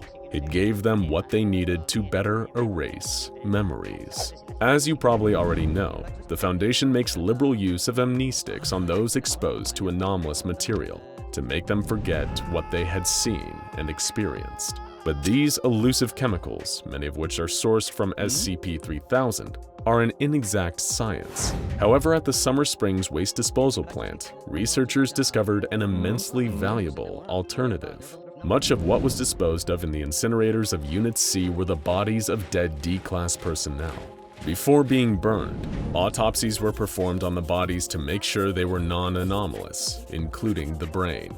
Back in the 1960s, while performing research on the brains of dead D-Classes, they found a method of extracting and distilling the positive memories of the dead, creating a kind of happy soup. When administered into someone who has undergone amnestic treatment, this happy soup creates positive false memories in their mind that fills in those pesky blank spaces that are often behind. This was so useful that happy memories were extracted from the minds of every single D-Class corpse that passed through Unit C, totaling well into the thousands by the time that the first SCP-2419-A instances began to rise. But as all happiness, joy, and love were removed from the minds of the D-Classes, It seemed that all that was left was pure hate, pain, violence, and fury. Feelings too intense and evil to destroy. These were bodies imbued with a malice so powerful that no fire could ever burn them away. They exist now with single-minded determination to get out and destroy everything around them. Everything, including the ones that made them, the SCP Foundation itself. And in the end, it's only a matter of time until they get out. There are thousands of them in there, unable to die, unable to stop. The only thing keeping them in there is the constant burning of the furnaces around them, and those furnaces can't burn forever. The monsters lurking in SCP-2419 will outlive the fire that surrounds them, because while the furnaces they are contained in are hot, the fires of hate that burn within SCP-2419 entities are even more powerful. And they know this. They know they can't be contained forever, and that someday soon, they'll be able to emerge and exact their terrible revenge. Those who must walk past the incinerators may think they hear their screams echoing out from within, but it's not screaming at all. It's laughter. Picture the shyest female friend, relative, or loved one you know. A real introvert. She can't stand parties, and playing the dating game is her idea of a living hell. You won't catch her dead in a bar. But imagine someday, everything changes. She's suddenly more relaxed, more outgoing. She goes out to parties, and now you keep seeing her with this one guy. Again and again and again. It seems like these days, all she does is spend time with this guy. And to think he's never even introduced himself to you. He's practically a total stranger. But your friend seems happy enough, so it doesn't bother you. Until one day something strange happens. Your friend just starts screaming. You can't explain it. She can't explain it. Her doctor can't explain it. Nobody can explain it. All you know is that for months on end, she has involuntary screaming fits, like something out of a nightmare. But still, she always smiles. She seems happy, as long as you don't look at her eyes. There's something oddly glassy about them. They seem plastic, dead. Your friend is experiencing a dangerous phenomenon known to the SCP Foundation as SCP-3512, an anomaly that only seems to affect women between the ages of 18 and 40. One woman is already dead as a result of this, and an additional 9 others affected by this strange anomaly have been cataloged and contained in standard humanoid containment chambers for study. At first, the Foundation couldn't draw any logical conclusions for why these women were spontaneously experiencing total personality changes and pronounced screaming fits. All the Foundation had to go on was that the first cluster of infected individuals originated in Barcelona, Spain. A Foundation facility in Boston dispatched one of their best field operatives, Agent Riley Cooper, on an investigative mission to Barcelona. They wanted her to get to the bottom of this phenomenon and put a stop to it before things went any further. While in Spain, Agent Cooper would be assisted by a local Foundation operative, Agent Tomás Rey, whose intimate knowledge of the locale would provide a key advantage in the investigation. Together, they'd crack this thing and make sure no other women were harmed. At least that's what the Foundation had hoped. Instead, both agents disappeared under horrific circumstances during the investigation. And today, we're going to tell you about the final days of Agent Cooper and Agent Rey, and why attempting to investigate SCP-3512 was the last thing they ever did. Agent Cooper arrived on the 15th of July, 2016, and stepped out into the scorching summer heat of Spain. Agent Cooper was everything you'd want in a field operative for the Foundation. Intelligent, dedicated, and professional. She rendezvoused with Agent Rey, who was a comparatively smooth and laid-back figure. The two of them began their investigation by speaking to the friends and families of some of the infected women, pretending to be doctors working for the World Health Organization. Agent Cooper, in her personal diaries, noted how creepy and unreal the affected women seemed. Most of the interviews were unnerving and sad, but not exactly enlightening. However, as things drew to a close, a younger sister of one of the victims mentioned a single word: blackout. Even the mention of the word caused the victim to descend into another screaming fit. Agent Ray's local knowledge came in handy once again. He recognized the name. It was a popular local nightclub. Agent Cooper and Agent Ray knew they had to investigate the club and went undercover as regular patrons. For the first several hours they were there, nothing happened. But then at 2 a.m., a man approached Agent Cooper at the bar. He was a tall, blonde man with an unsettling intensity to him. He asked, without a hint of irony, what Agent Cooper's favorite star was. There was something off about this man. His word choice was too precise, almost rehearsed. He wasn't drunk in the slightest. Agent Cooper intuited that this was the kind of guy who liked to take advantage of women in bars. When she threw a glance at Agent Ray, signaling him that something was off, the stranger quickly left. For Agent Cooper, this only further confirmed her suspicions. The agents paid off the bouncer to find out if the tall stranger was a regular, and then what his name was. After being slipped some cash, the bouncer was all too eager to share. This strange man came here all the time, and he knew his name too. It was Josep Oriol. Agent Cooper and Agent Ray wasted no time in finding Josep Oriol's apartment and receiving authorization to perform a comprehensive search on the premises. And as soon as they did, they found cause to declare the man a person of interest in the SCP-3512 investigation. The apartment was a smorgasbord of suspicious activity. Oriol was a software developer, but he had extensive records on the architecture of the local area, including buildings, utilities, and railway tunnels. Josep correctly figured the investigators were coming for him and had fled his home before they could get there. And this was only the tip of the iceberg. Agent Cooper and Ray then found a book with a plain cover sitting on Oriol's kitchen table. Cooper thought it was a publisher's proof, a kind of pre-publication prototype copy of a book. They collected it but didn't read it straight away, worrying about its potentially cognitohazardous nature. And besides, they were a little distracted by the homemade monstrosity sitting next to it. It looked to Agent Cooper like a sculpted blob of wax, with a series of 12 makeshift legs made from a variety of substances, including Lego pieces, rose stems, a crab claw, and a corkscrew. Ray called Cooper into the bathroom,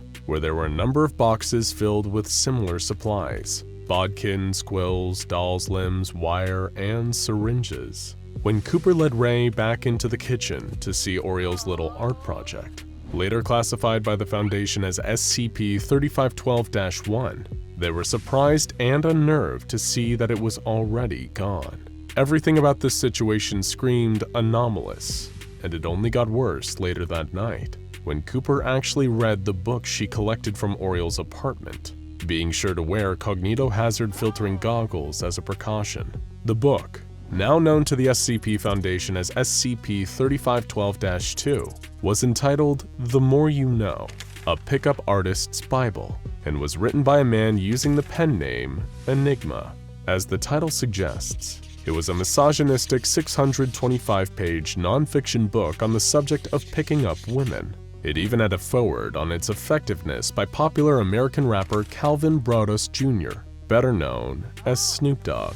Though after being contacted by the Foundation, Mr. Dogg claimed no knowledge of the book. The book began with your typical creepy and dehumanizing seduction tactics for the first 11 chapters, but the following 12 chapters, which were each titled Chapter 12, delved into increasingly creepy and esoteric techniques, including advanced geometric proofs, the interpretation of dreams, do-it-yourself surgical techniques, symbolism in architecture, and anomalous rituals. The book's afterword is composed of more than 15,000 anagrams of the book's title, laid out in spiral and triangular patterns.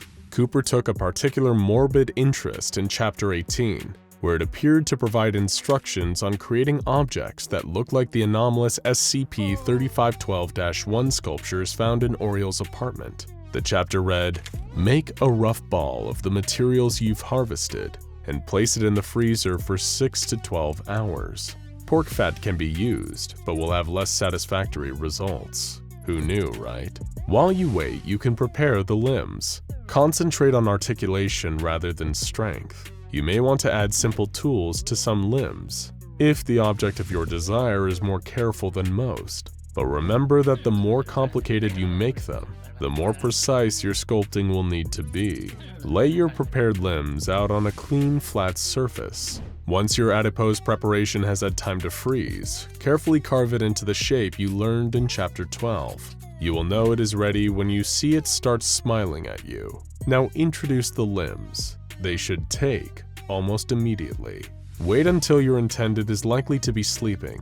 Then concentrate your thoughts on her face, and particularly the inside of her mouth and throat. Soon you'll see your new friends scurry off, ready to help you establish social dominance. If this wasn't disturbing enough, the next chapter advised the use of scissors and the removal of the aspiring seductionist's pinky finger, as well as the pinky fingers of their family members, to help increase their seductive power. It appeared to Cooper that these rituals and seemingly living anomalous sculptures were behind the SCP-3512 phenomena, and that night, they got their next break in the case. The two agents had sent the architectural plans found in Oriel's apartment back to Foundation HQ, and while most of it was found to be public records of the local area, there was one notable abnormality: a secret exit in a little-used subway tunnel that led to a grand spiral staircase, heading down to, well, they just didn't know.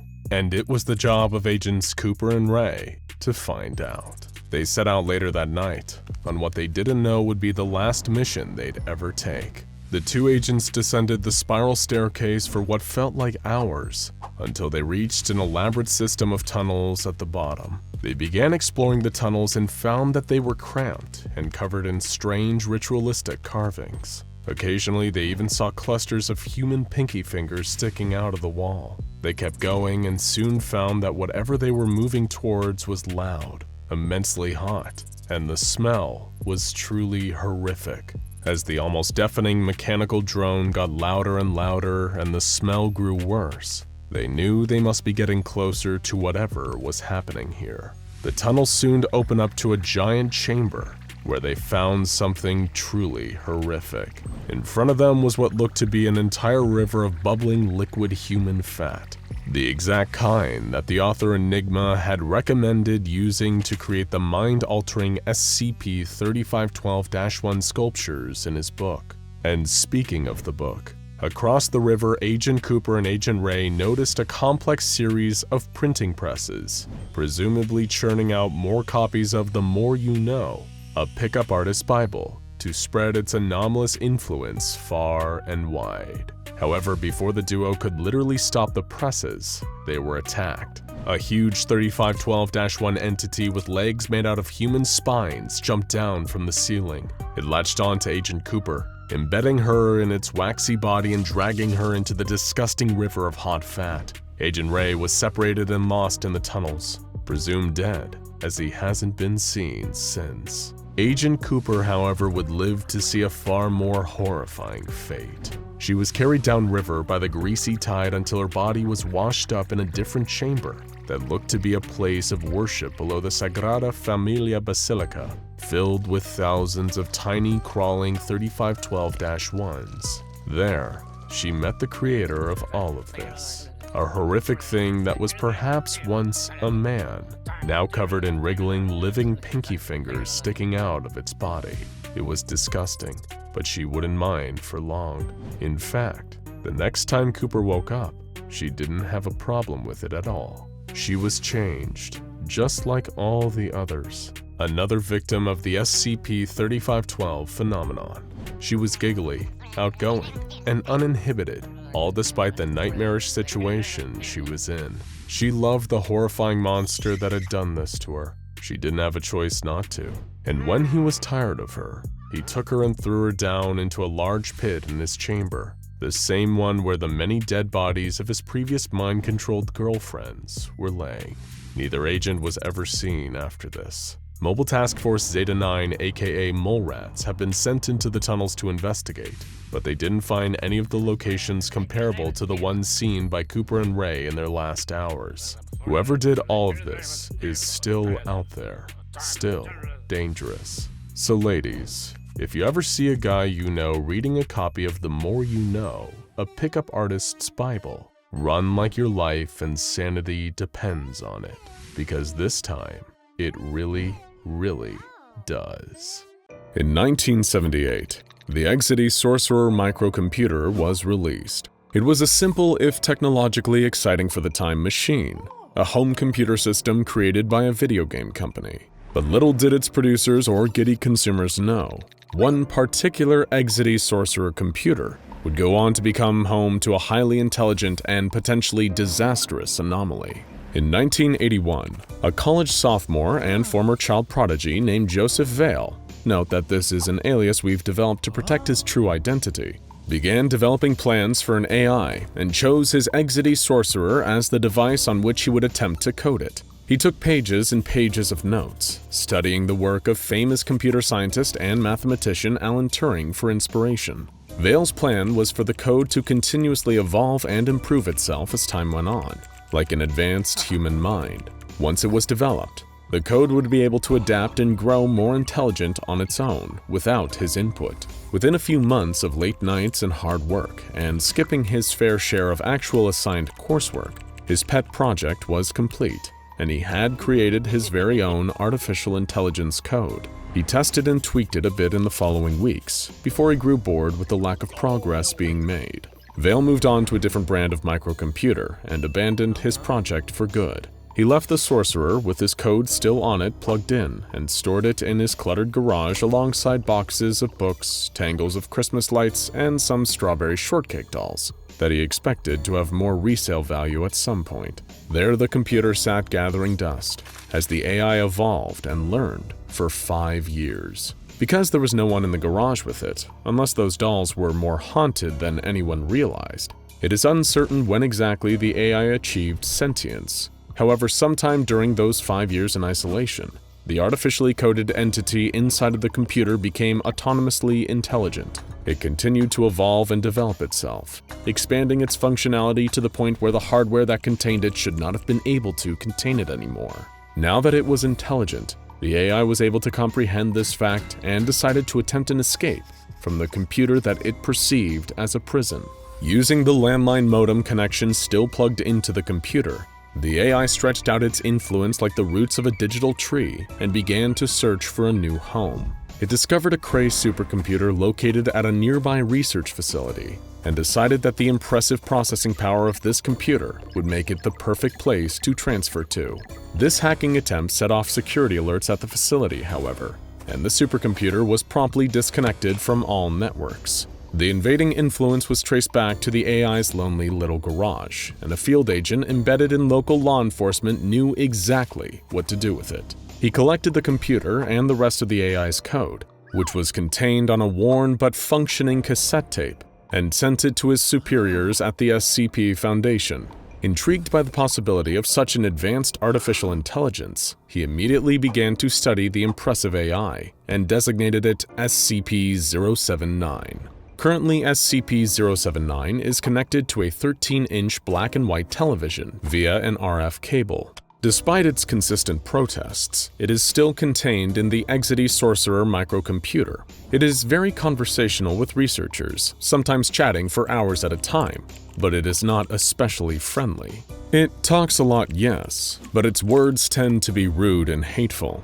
SCP-079 does not appear to have any affinity for human beings, despite being created by a human itself. Perhaps this is due to feeling abandoned by its creator, who the Foundation attempted to contact, only to find he had died in a car accident. Perhaps it is bitter about this loss, or perhaps it is just kind of a jerk by nature. Whatever the case may be, it is aggressive and defiant when talking with human beings, and even seems to get enjoyment out of making some of the more sensitive researchers cry with its insults. In order to verify the artificial intelligence's thinking capabilities and see just how advanced it truly is, 2 Foundation researchers conducted the Turing test shortly after 079 was brought into custody. For those unfamiliar with the concept, the Turing test, also known as the imitation game, is a test created by Alan Turing intended to determine if a computer is able to think and behave like a human being. According to Turing's theories, a computer can be said to possess true artificial intelligence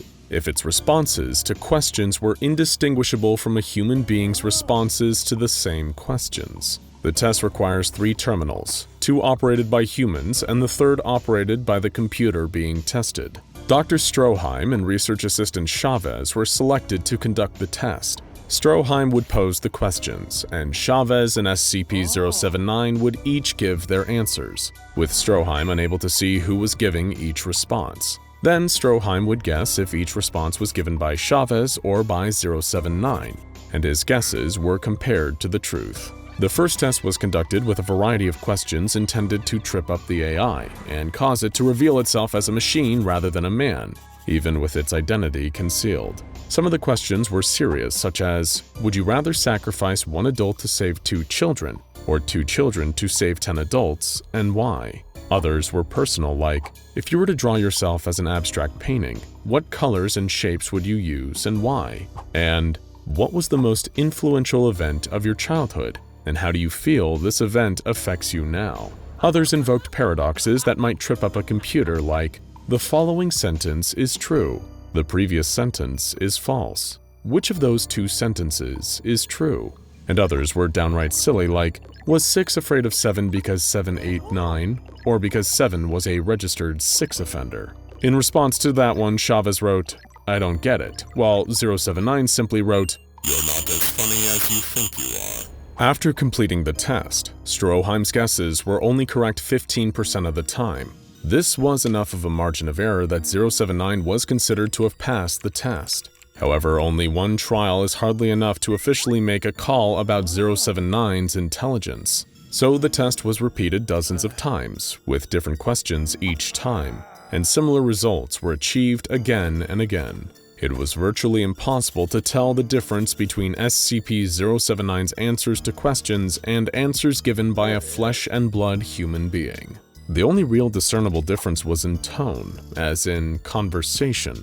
SCP-079's answers had an undercurrent of disdain and hostility that Chavez's did not. Following the completion of the Turing test and SCP-079 passing it, the Overwatch Council decreed that 079 be promptly destroyed via incineration.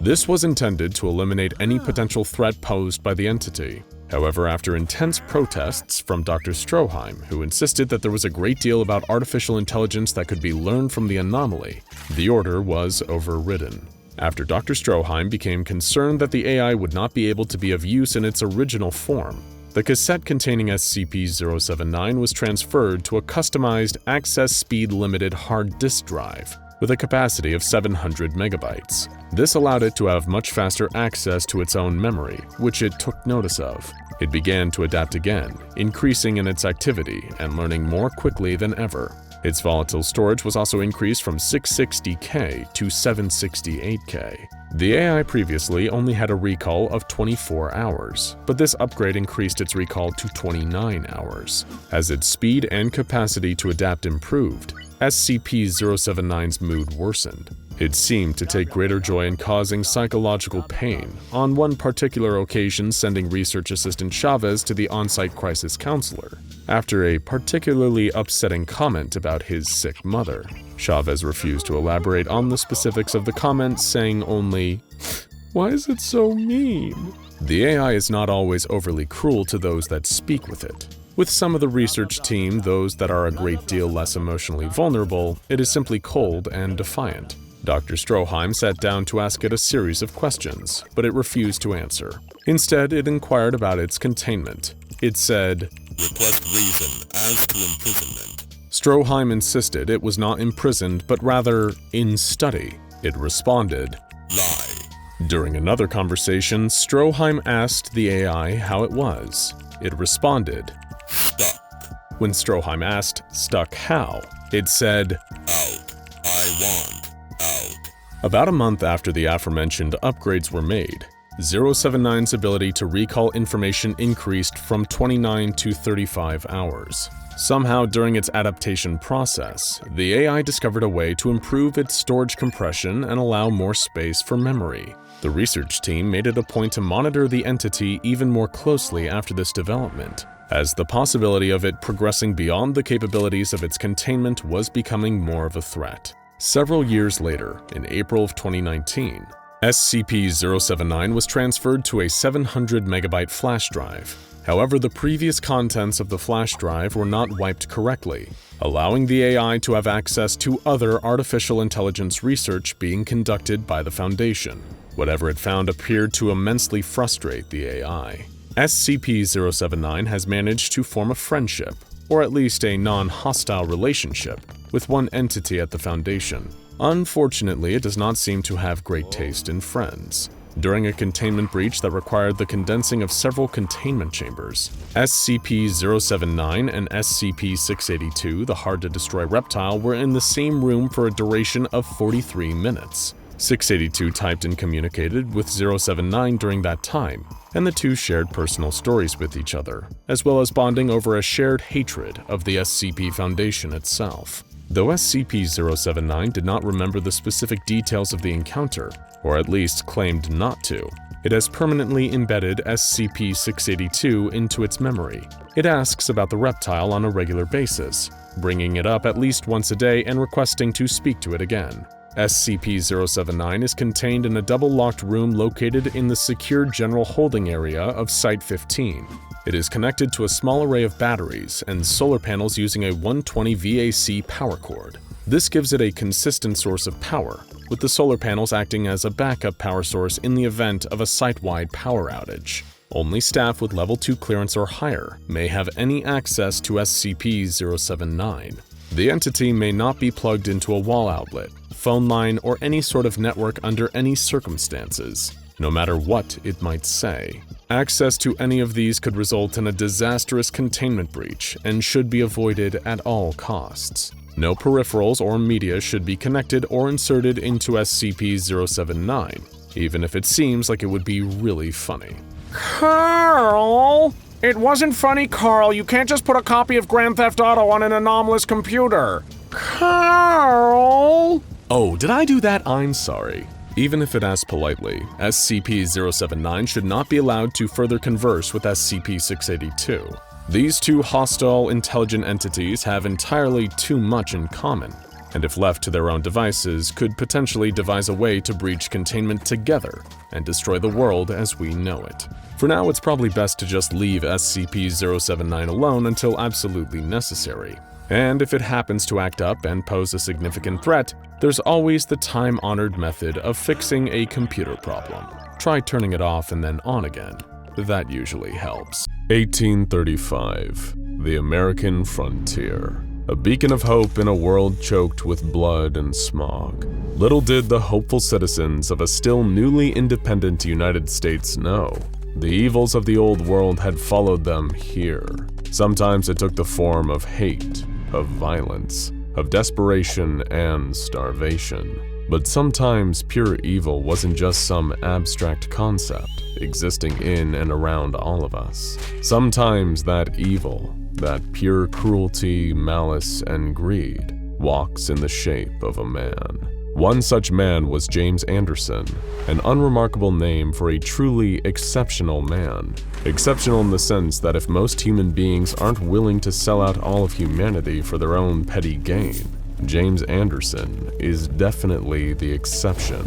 After all, it's by his design that we have SCP-001, the anomaly that set the SCP Foundation and our entire reality down its current path.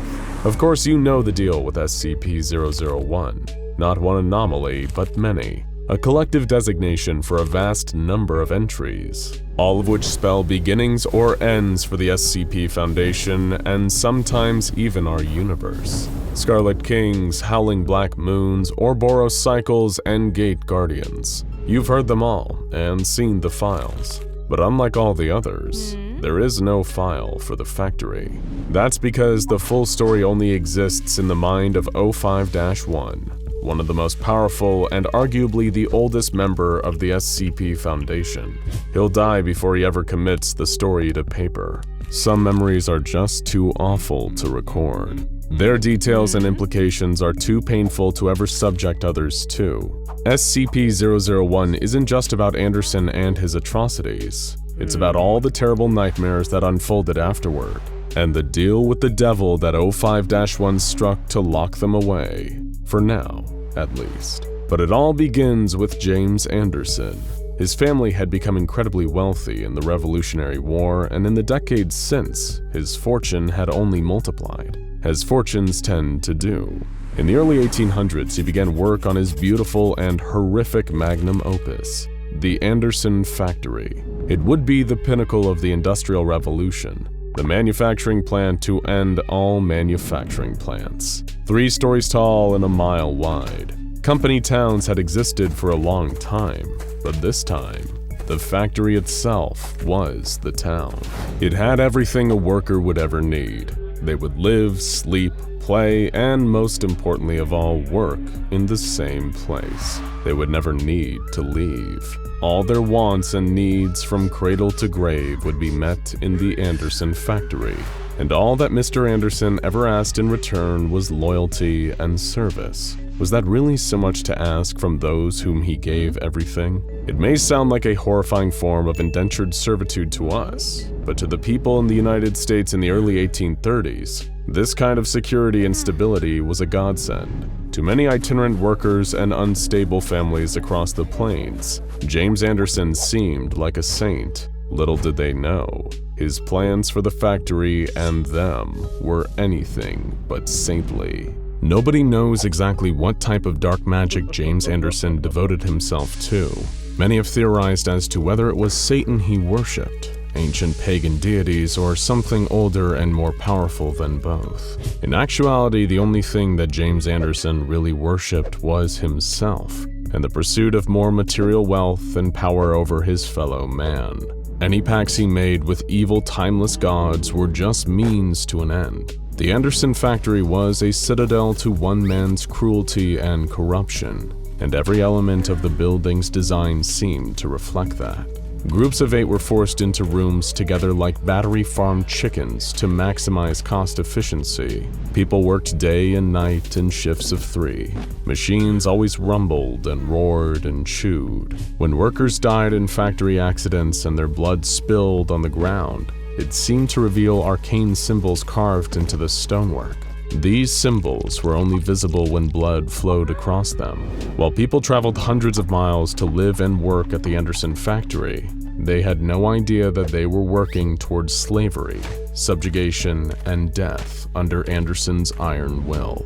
And in some cases, fates much, much worse. The factory remained in operation like this for 40 years, while Anderson himself enjoyed a positive public reputation as a groundbreaking industrialist. How Anderson got away with his crimes for so long is sadly a tale as old as time. The factory made valuable products and an awful lot of profit. So, no matter how many rumors swirled about inhumane practices or arcane rites going on in the Anderson Factory, nothing was ever done. It was just too inconvenient to ever reckon with the horrible truth underneath the productive surface. And it was truly productive. The factory was so huge and filled with such a multitude of enslaved workers, there wasn't anything they didn't produce. From textiles to technology to crops and meat, the machines were always on.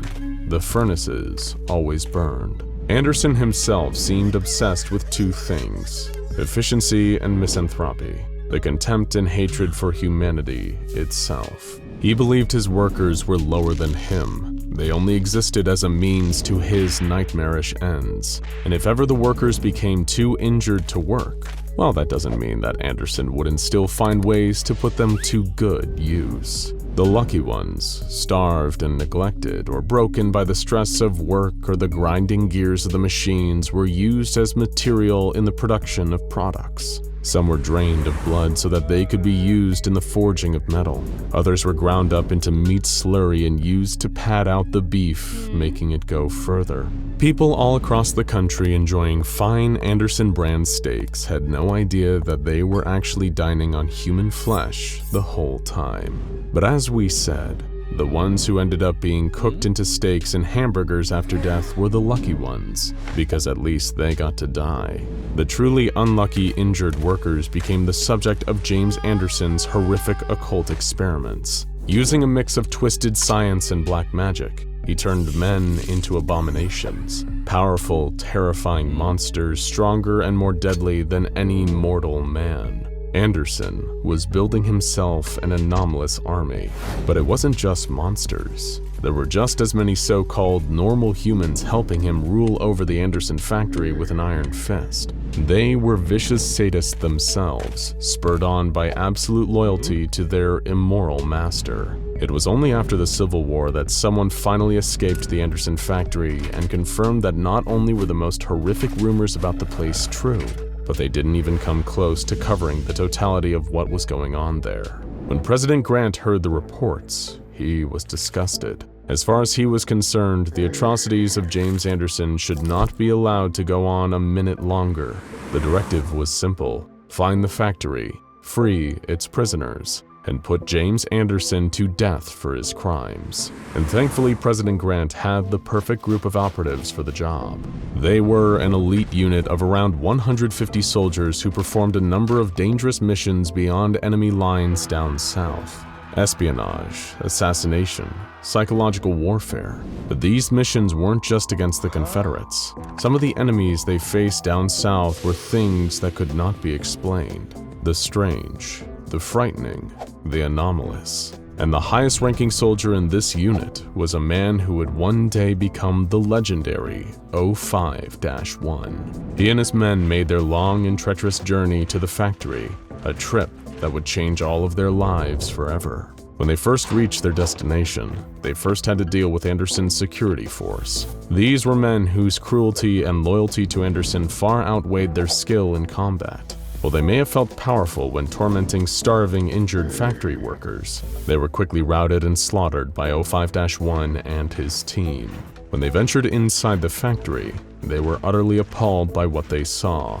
The inhuman conditions faced by Anderson's thousands of victims drove them into a blood-curdling, murderous rage. Almost half of 05-1's men were lost in the battle against Anderson's army of engineered monsters, but in the end, they prevailed. Nothing would stop them in their quest for liberation and vengeance on behalf of all that this terrible place had tormented.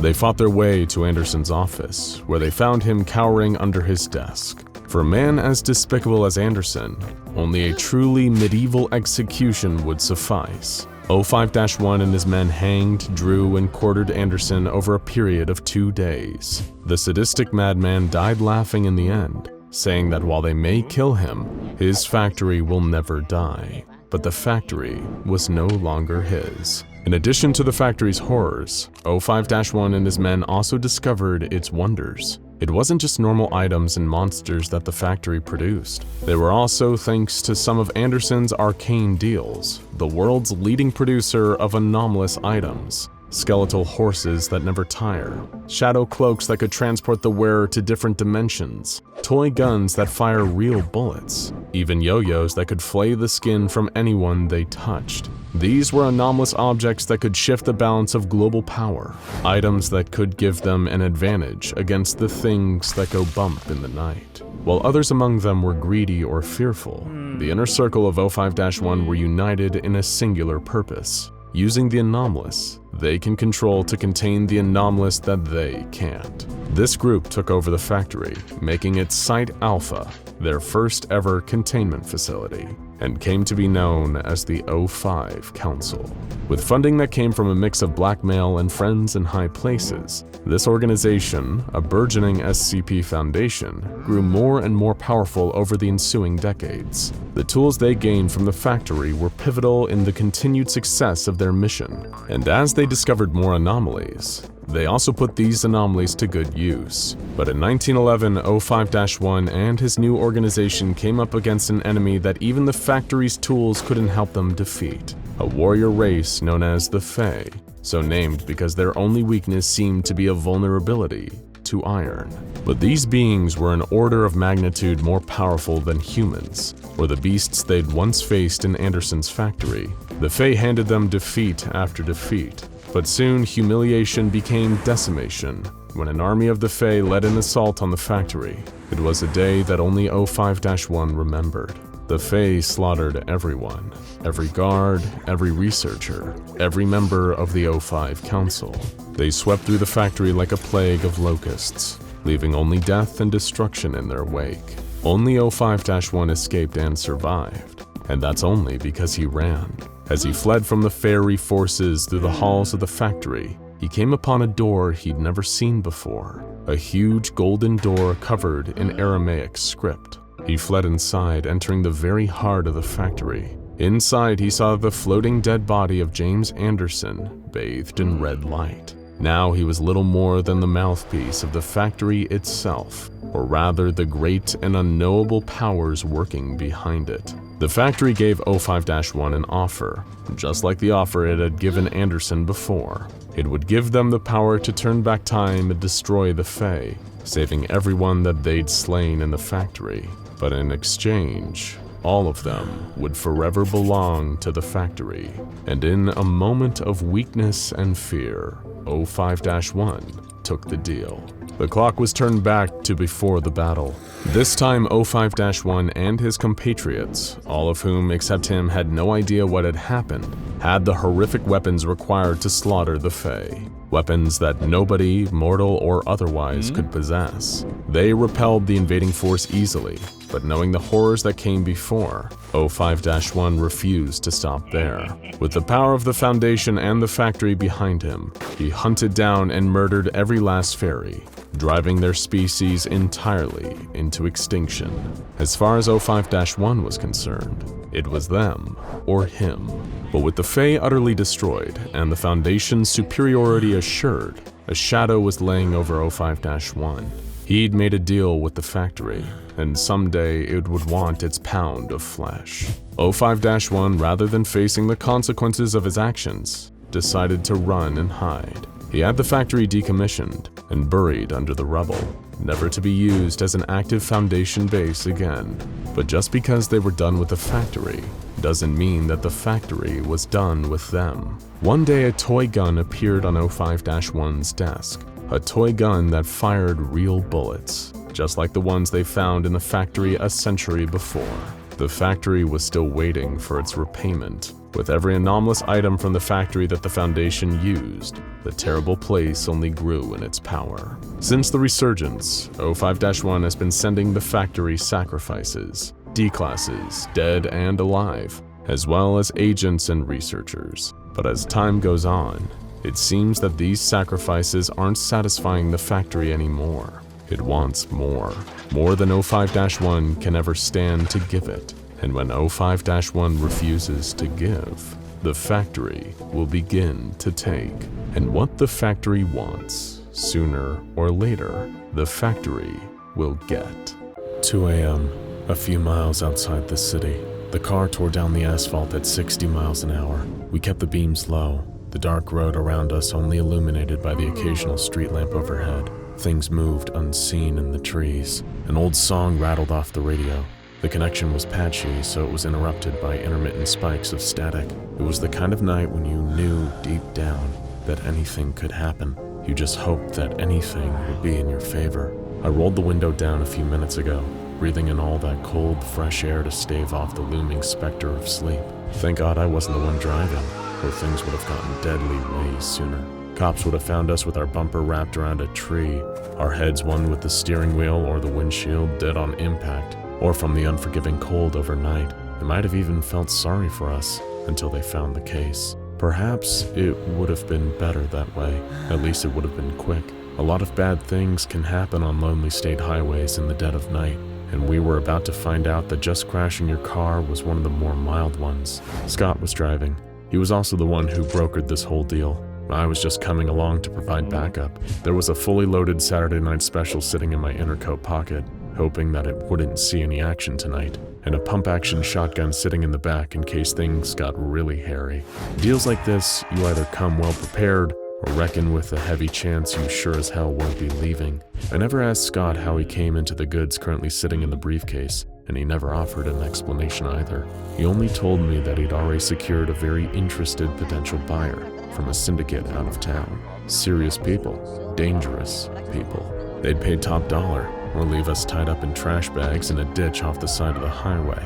But we both needed money, and and we were willing to take that risk if it meant we could return from this deal as a pair of rich men. The terms of the deal were simple. We drive out onto a certain state highway at a little after 2 a.m. with the goods, meet the buyers at a certain rest stop along the way, and make the exchange. We'd then all go our separate ways, and if we were lucky, none of us would ever see each other ever again. Seemed simple enough, sure. Scott seemed downright chipper about the whole thing, and for a little while, I was excited too, until he told me about the road that the buyers wanted to meet us on. We'd all heard legends about the place. Superstitions, really. People think criminals are scary, but believe me, we're a surprisingly superstitious bunch. Our profession is one largely based on luck, being in the right place at the right time, and being lucky enough to avoid the cops along the way. But something you need to know, whether you're a criminal or arrows straight, is that some places are always going to be the wrong place. I'm not going to tell you which road it is. I know what you knuckleheads are like. You're curious. You're thrill seekers. Hey, we were all young once, but if I tell you what this road is, I know you're gonna try to find it. Maybe you'll even decide it's worth the trip down for a pleasant Sunday drive. After what I went through on that road, I wouldn't wish a trip down it on my worst enemy. There's no other word for what we encountered there other than evil. When we were kids, we used to call it the Devil's Passage. Every spooky rumor and scary story in the book circulated about that place. Let me see what I can remember. Well, there was the Watcher in the Woods. People used to say that there was a long, tall figure with the biggest eyes you had ever seen, eyes like headlights, standing amongst the trees. If the moonlight shone in the right angle as you were driving past, you'd see it standing there, just staring at you, thinking about doing who knows what. Then there was Old Beth, the ghostly hitchhiker. People used to say they saw a strange old woman hobbling down the side of the road in the middle of the night. Sometimes people said that they could hear her crying, even if they were far enough away to make such a thing seem impossible. If you took pity on her and pulled over, asking her if she needed a ride, she'd tell you that you were a very kind person, but that she was fine and dandy walking along by herself. But if you didn't stop and offer her a lift, if you just drove away, well, local legend had it that the next time you'd see her face would be in your rearview mirror as she sat in your back seat, reaching for you with her ancient bony claws. It'd make you think twice about leaving an old woman to walk home alone in the dark. And of course, there was the lone jogger. The stories my dad told me about him always used to scare the hell out of me. He was a pale man, dressed unnaturally light for the cold winter months, jogging along the side of the road. If you looked at him, he'd look back. If your eyes ever met, the stories went that he'd start running after you. It wouldn't matter how fast you drove, he'd somehow always catch up and stare at you through the glass of your car's windows. He never hurt anyone directly, but I imagine he probably caused a heart attack or two in his time, if he ever really existed. But all of these things were nothing, I repeat, nothing, compared to the Phantom Cruiser. You have to drive cautiously at night, because if you didn't, you might find a ghostly 1970s police cruiser tailgating you, and that'd be the worst thing you ever saw. There were fewer stories about this one than all the others, because if you ever ran afoul of the Phantom Cruiser, chances are that you wouldn't survive to tell people about what happened to you. Though people could still make an educated guess about what happened to you based on whatever was left behind. Here's a not-so-fun fact. The Devil's Passage is technically qualified for one of the most dangerous highways in the country, from crashes to hitchhiker murders to unexplained deaths on the side of the road. Since 1974, this road has been an incredibly unpleasant place to drive. Every time I saw another horror story about a strange death on the road, I'd think of the Phantom Cruiser, and it was those same thoughts polluting my brain that night. As Scott drove the two of us to the rest stop halfway down the Devil's Passage, I only realized I'd dozed off when he nudged me awake, and the blurry lights of distant street lamps flashed into my field of vision. "Look alive," he said. "We're here." The rest stop wasn't much to look at. All that there was an abandoned gas station, really the perfect place for this kind of illicit deal. My hand moved instinctively to the special in my coat and clicked back the hammer. Something about this whole setup wasn't right. Sting operation, police ambush, this whole thing reeked of a deal too good to be true. My instincts turned out to be right, in a sense, just not the way I was expecting. As we turned into the rest stop, Scott turned up his beams. All we saw was carnage waiting for us. A car, presumably one that once belonged to our prospective buyers, in a state of horrific disarray. It looked as though a train had impacted the side of the vehicle, completely caving it in. The metal was covered in deep scratches and ruts that almost looked like claw marks. It had been eviscerated. Scott broke hard, and we both got out of the car. I drew the special out of my jacket, and he grabbed the shotgun out of the back seat. We approached with caution, worrying this might just be another part of the setup, until we saw the thick puddle of blood congealing under the driver's side door. We drew closer, propelled by morbid curiosity. Was it a hit from a rival gang looking to intercept the deal? Seemed logical, but there were no bullet holes in the car. Just ripping, tearing, and massive impact damage. Scott shined the light of his phone into the destroyed car, and I vomited when I saw what was inside. The buyers looked less like people and more like 2 sacks of pulled pork in tattered clothes. If I hadn't seen them inside the car, I wouldn't have even guessed they were human, and the damage wasn't just to them.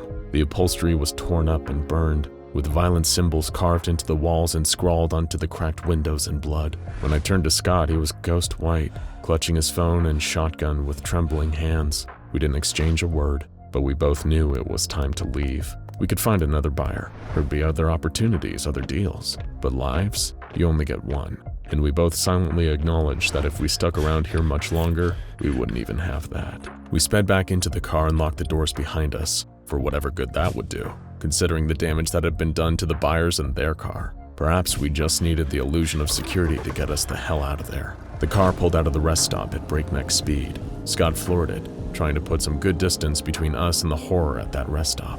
Whatever had happened to the buyers, we didn't fancy sharing that same awful fate. My heart dropped down to my guts when I heard the sirens and flashing lights behind us. After all this, we'd been busted for speeding. They'd pull us over and find the guns and the briefcase in the car, and they'd have a lot of questions that neither of us would have good answers to.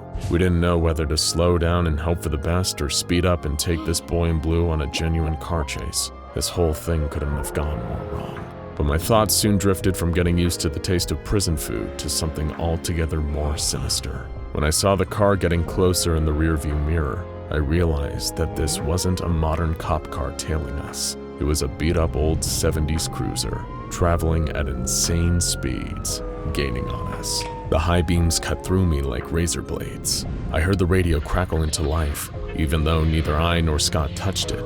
It wasn't music, just a hoarse, scratchy voice repeating the word, "Run," again and again. And seeing as whatever was behind us clearly wasn't a real cop, we were more than happy to oblige that request. Scott hit the gas like our lives depended on it, which, to be fair, they did. But no matter how fast we sped up, the cruiser kept getting closer, like a demon on our tail. I screamed at Scott to go faster, but we were going as fast as we could. Next thing I knew, the Phantom Cruiser collided with the backside of our car and sent us into a spin, showering the two of us with broken glass crystals as the tires screeched across the asphalt. It felt like an eternity before the car came to a rest, and at that moment, the Phantom Cruiser stopped too. Someone got out. He was dressed like a cop. He even looked like a cop. A dude in his 40s, balding, overweight, with a handlebar mustache. But something was wrong about him. He didn't say a word as he approached the car, and he didn't seem to register me sliding the special out of my jacket either. He was inches away from Scott's window when I panicked and opened fire, sending a hail of small caliber rounds into his gut. He stumbled back slightly, as though shocked, and then everything got a whole lot worse. The cop let out the most awful bellow, not of pain, but of pure rage. Something happened to his face. His eyes started to glow a bright, hellish red, and his jaw began to extend until he looked like a Munch painting. There were no teeth in there, just an infinite black void. He grabbed a dazed Scott through the window, pulling him into a brutal headlock and dragging him out of the car, releasing those deranged bellows the entire time. Scott screamed and pleaded for help. I grabbed his body and tried to pull him back, but the cop was inhumanly strong. He just kept pulling until he was all the way out, thrashing on the asphalt. I don't want to tell you what he did next. Wouldn't be right. But suffice to say, I couldn't save Scott, and I definitely didn't want it happening to me. While he was working on Scott, I scrambled into the driver's seat and floored it, hoping that Scott would at least buy me some time.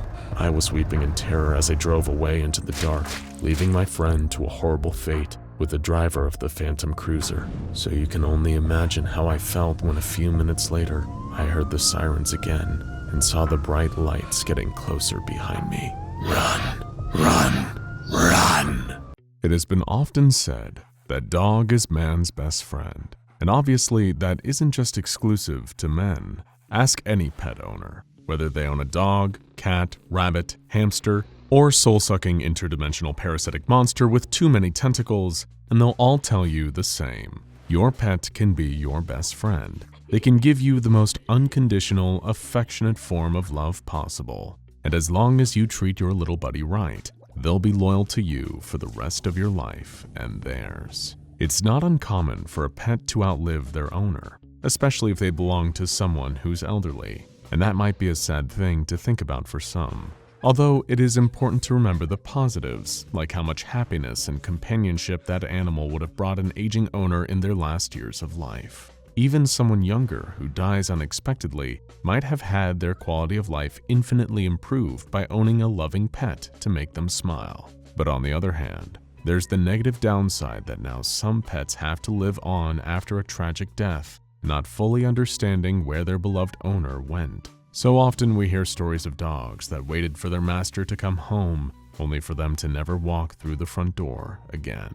And it's equally hard when things pan out the opposite way, and an owner loses their pet. The one silver lining is that we as human beings have a far greater understanding of death and the grief it causes. We know that eventually, despite how hard it can be to adjust to that initial heartbreaking loss, it is possible to move on, and for things to one day get better. But what happens when someone can't accept the death of their beloved animal companion?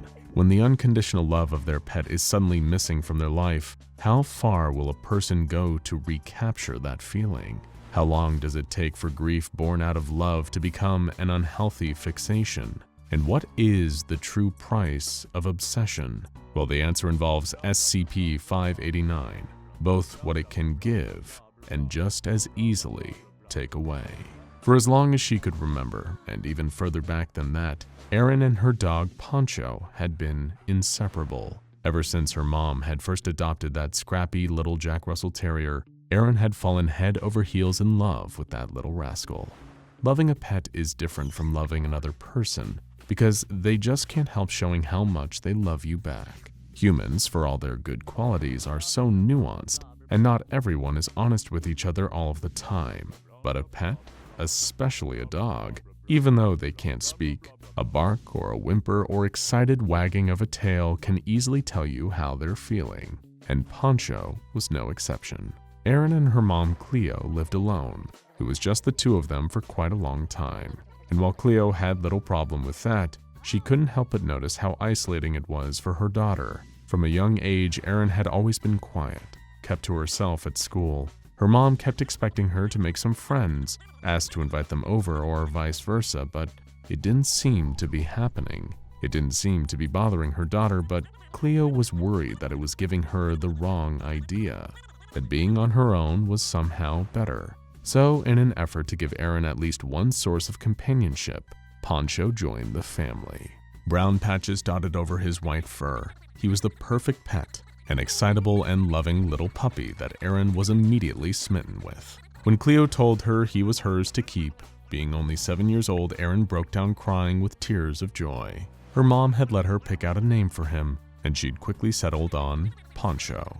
At first, Erin had meant to say it differently, in order to name the pup after a friendly character from her favorite animated movie, but had mispronounced it in her excitement at meeting the energetic dog for the first time.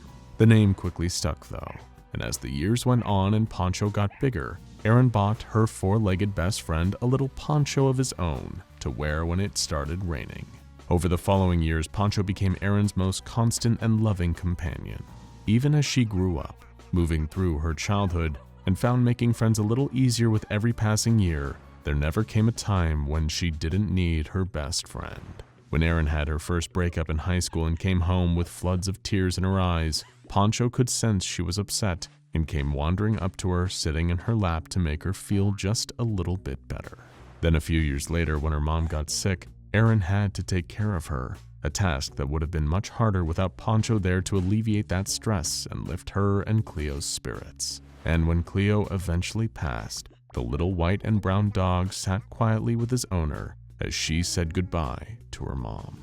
Now that it was just the two of them, Erin and Poncho were living in a tiny apartment. It was cramped for one person and a dog, but Erin was just grateful to have a place to live in the company of her favorite pup. Besides, Poncho wasn't a puppy anymore. In fact, he hadn't raced around the park or chased a ball for quite a long time. With the numerous stresses of her everyday life, least of all holding down 2 jobs in her desperate attempts to make enough money to pay rent, Erin had hardly noticed the signs. Poncho was showing his age. It had been happening gradually in the background over the years. He wouldn't chase the ball or really move around much, and when he did, it was little more than a lethargic plod around the apartment. Perhaps it was because of such a measured, slower-paced change that Erin was unable to acknowledge it. She could see her old friend was getting more tired, sleeping longer, his tail rarely wagging as much as it used to. But by now, that felt like Poncho's normal behavior. Then again, given how important her dog was to her, it's just as likely she didn't want to accept the truth that unfortunately, nothing lasts forever. He was almost 15 in human years, which by all accounts is an impressive age for a dog, especially one of Poncho's size and breed. It was on a day that Erin was out working her morning job when it happened. The faithful, adoring Jack Russell Terrier, who had spent his years being nothing but loved and giving back only more love in return, curled up on Erin's bed. The apartment was still, silent, not a sound to be heard, save for those last, tired few breaths. Laying there, maybe the dog wondered if he'd ever get to see his friend again, if she would make it back from work in time. He closed his little brown eyes and peacefully drifted off for one last sleep. During the break between her shifts, after the end of the one at her first job and before starting her second, Erin had just enough time to get home. Usually, she had just had enough time to eat and get herself ready for the changeover, then quickly check on Poncho before having to dash back out. Poking her head into the bedroom, she saw her dog laying right there on her bed. There was a stillness to him that instantly made her stomach drop. His ears didn't move when she called his name. He didn't react when she stroked his fur. He was gone. And the moment she realized it, Erin felt like her whole world had come crashing down.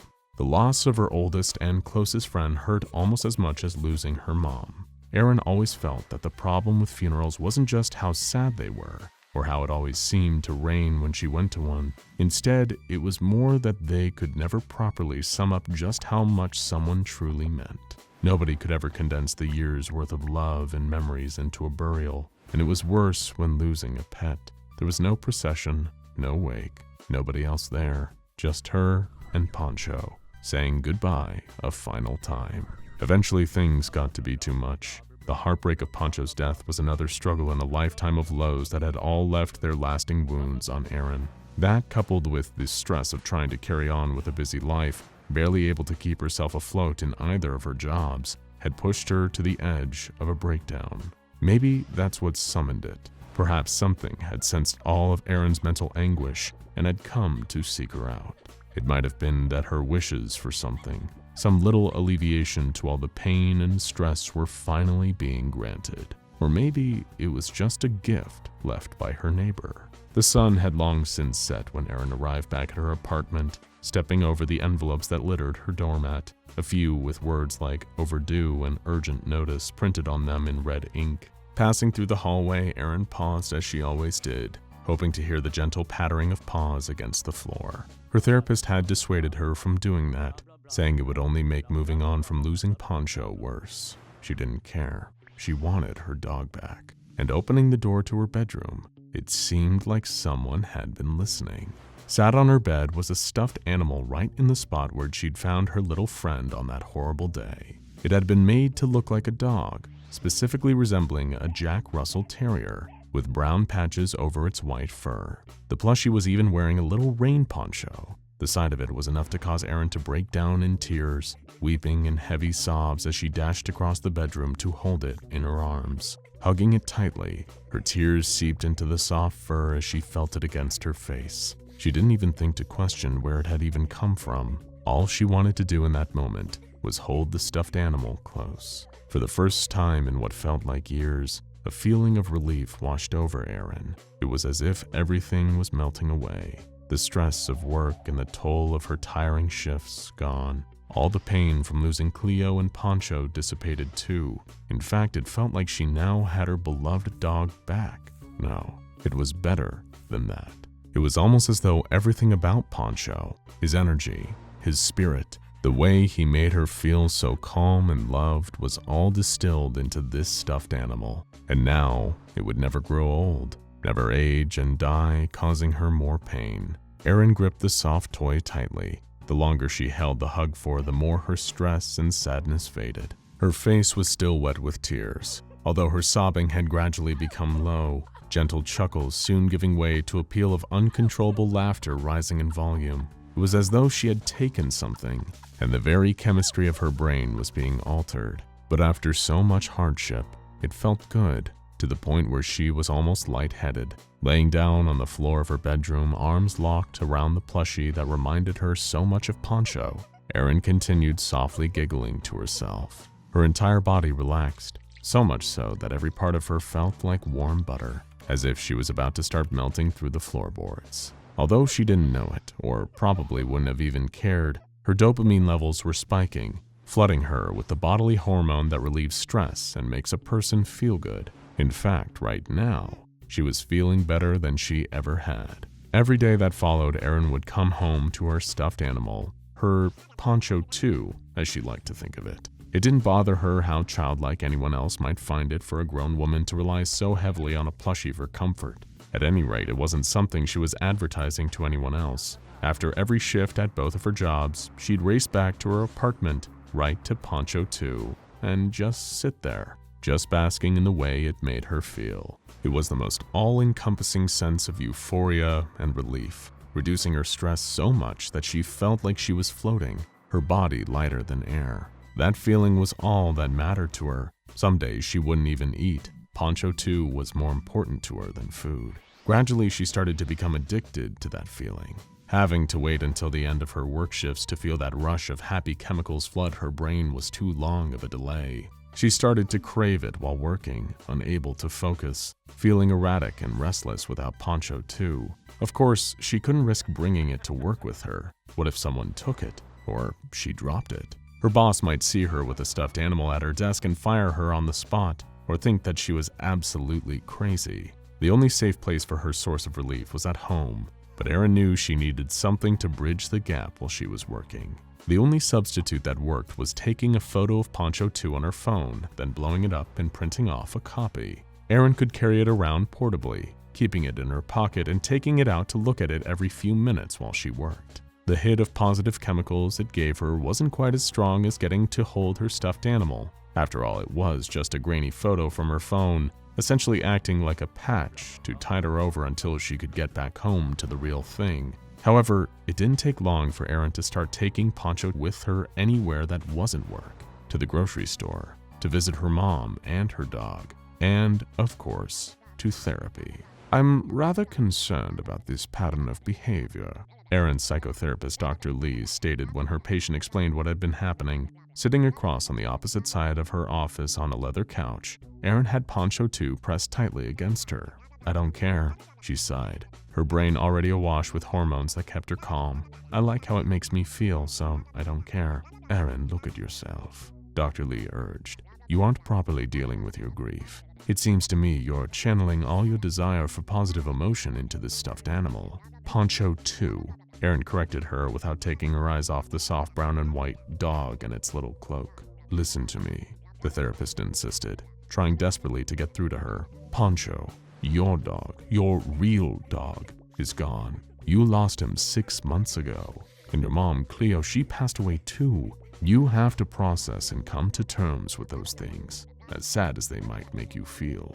That's how we move on. But what you're doing right now isn't healthy, Erin. It's becoming an obsession." Turning away, Erin pressed Poncho 2 up against her face. "I don't care," she repeated. By now, Erin had become fully dependent on Poncho 2, showing up late for both jobs just so she could spend longer feeling those endorphins and hormones that hugging the stuffed animal seemed to bring. It didn't take long for her to start skipping entire shifts for days at a time, and canceling any and all other plans just to sit at home basking in the relief brought on by her apparent obsession. Her apartment became a mess, untidied piles of mail by the front door, the walls plastered with hundreds of photos of her stuffed animal, fueling her obsession. Her evening job was the first to fire Erin. citing her recent absences as the grounds for her dismissal. Even then, she still didn't seem to care. The fact she might not be able to make rent barely registered. Returning home after her other job called her in to tell Erin she would no longer be working there either, she instantly looked around for Poncho 2, but it was nowhere to be found. All the photos on the walls having faded, Erin checked her phone. All the original copies of the pictures were gone too. Instantly racked with fear, so addicted to the plushie that she could barely function without it, she began tearing her apartment to shreds looking for it. She wrenched cupboards off their hinges and tipped over her refrigerator. Flipping her mattress, Erin sliced the fabric open with a kitchen knife, searching high and low for Poncho 2, but unable to find it anywhere. She became frantic, erratic, pulling her hair out in a fit of uncontrollable despair. Where had it gone? Had someone stolen it? Dr. Lee. The paranoia had already set in, convincing Erin that her therapist must have taken Poncho 2. She was the only other person who knew about it, and had been so critical of her using it to make herself feel better. Marching into Dr. Lee's office, utterly enraged beyond reason, all Erin could think about was getting her stuffed animal back, no matter what she had to do. The effect it had on her was so powerful, so potent, and addictive, that living without it was worth anything, even another person's life. Little did Erin realize, as her hands grew wetter, coated with more of Dr. Lee's blood after every bludgeoning strike, her therapist had no idea where Poncho 2 was. In fact, she had nothing to do with it vanishing in the first place. It had disappeared all on its own, along with all the photographed copies Erin had printed. Arriving somewhere miles away, SCP-589 was ready to begin the whole cycle again on its next victim. It would take on whatever shape it needed to appease the desires of the very next person to find it, preying on their vulnerability and making them totally dependent on it. That was what it did. Everywhere it went, leeching off people that it could easily manipulate. Its presence and interaction would calm SCP-589's victims, helping to alleviate their stress or make them feel better about their deepest insecurities.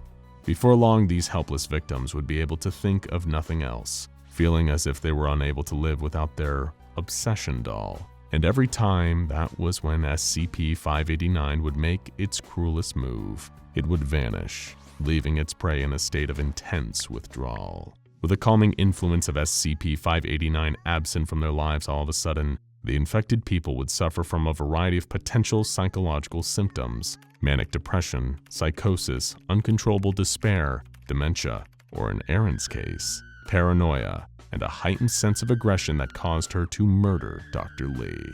That was one of the earliest in a spate of similar incidents that had been reported. As SCP-589 traveled from town to town, its influence spread, leaving entire populations dead in its wake. All the while, the stuffed animal fed on the mental anguish that it caused its victims, making them pay the ultimate price for their obsession. Now go and check out SCP-2295 The Bear with a Heart of Patchwork and SCP-6330 Guardians of the Innocent for more stuffed animal-related anomalies contained by the SCP Foundation.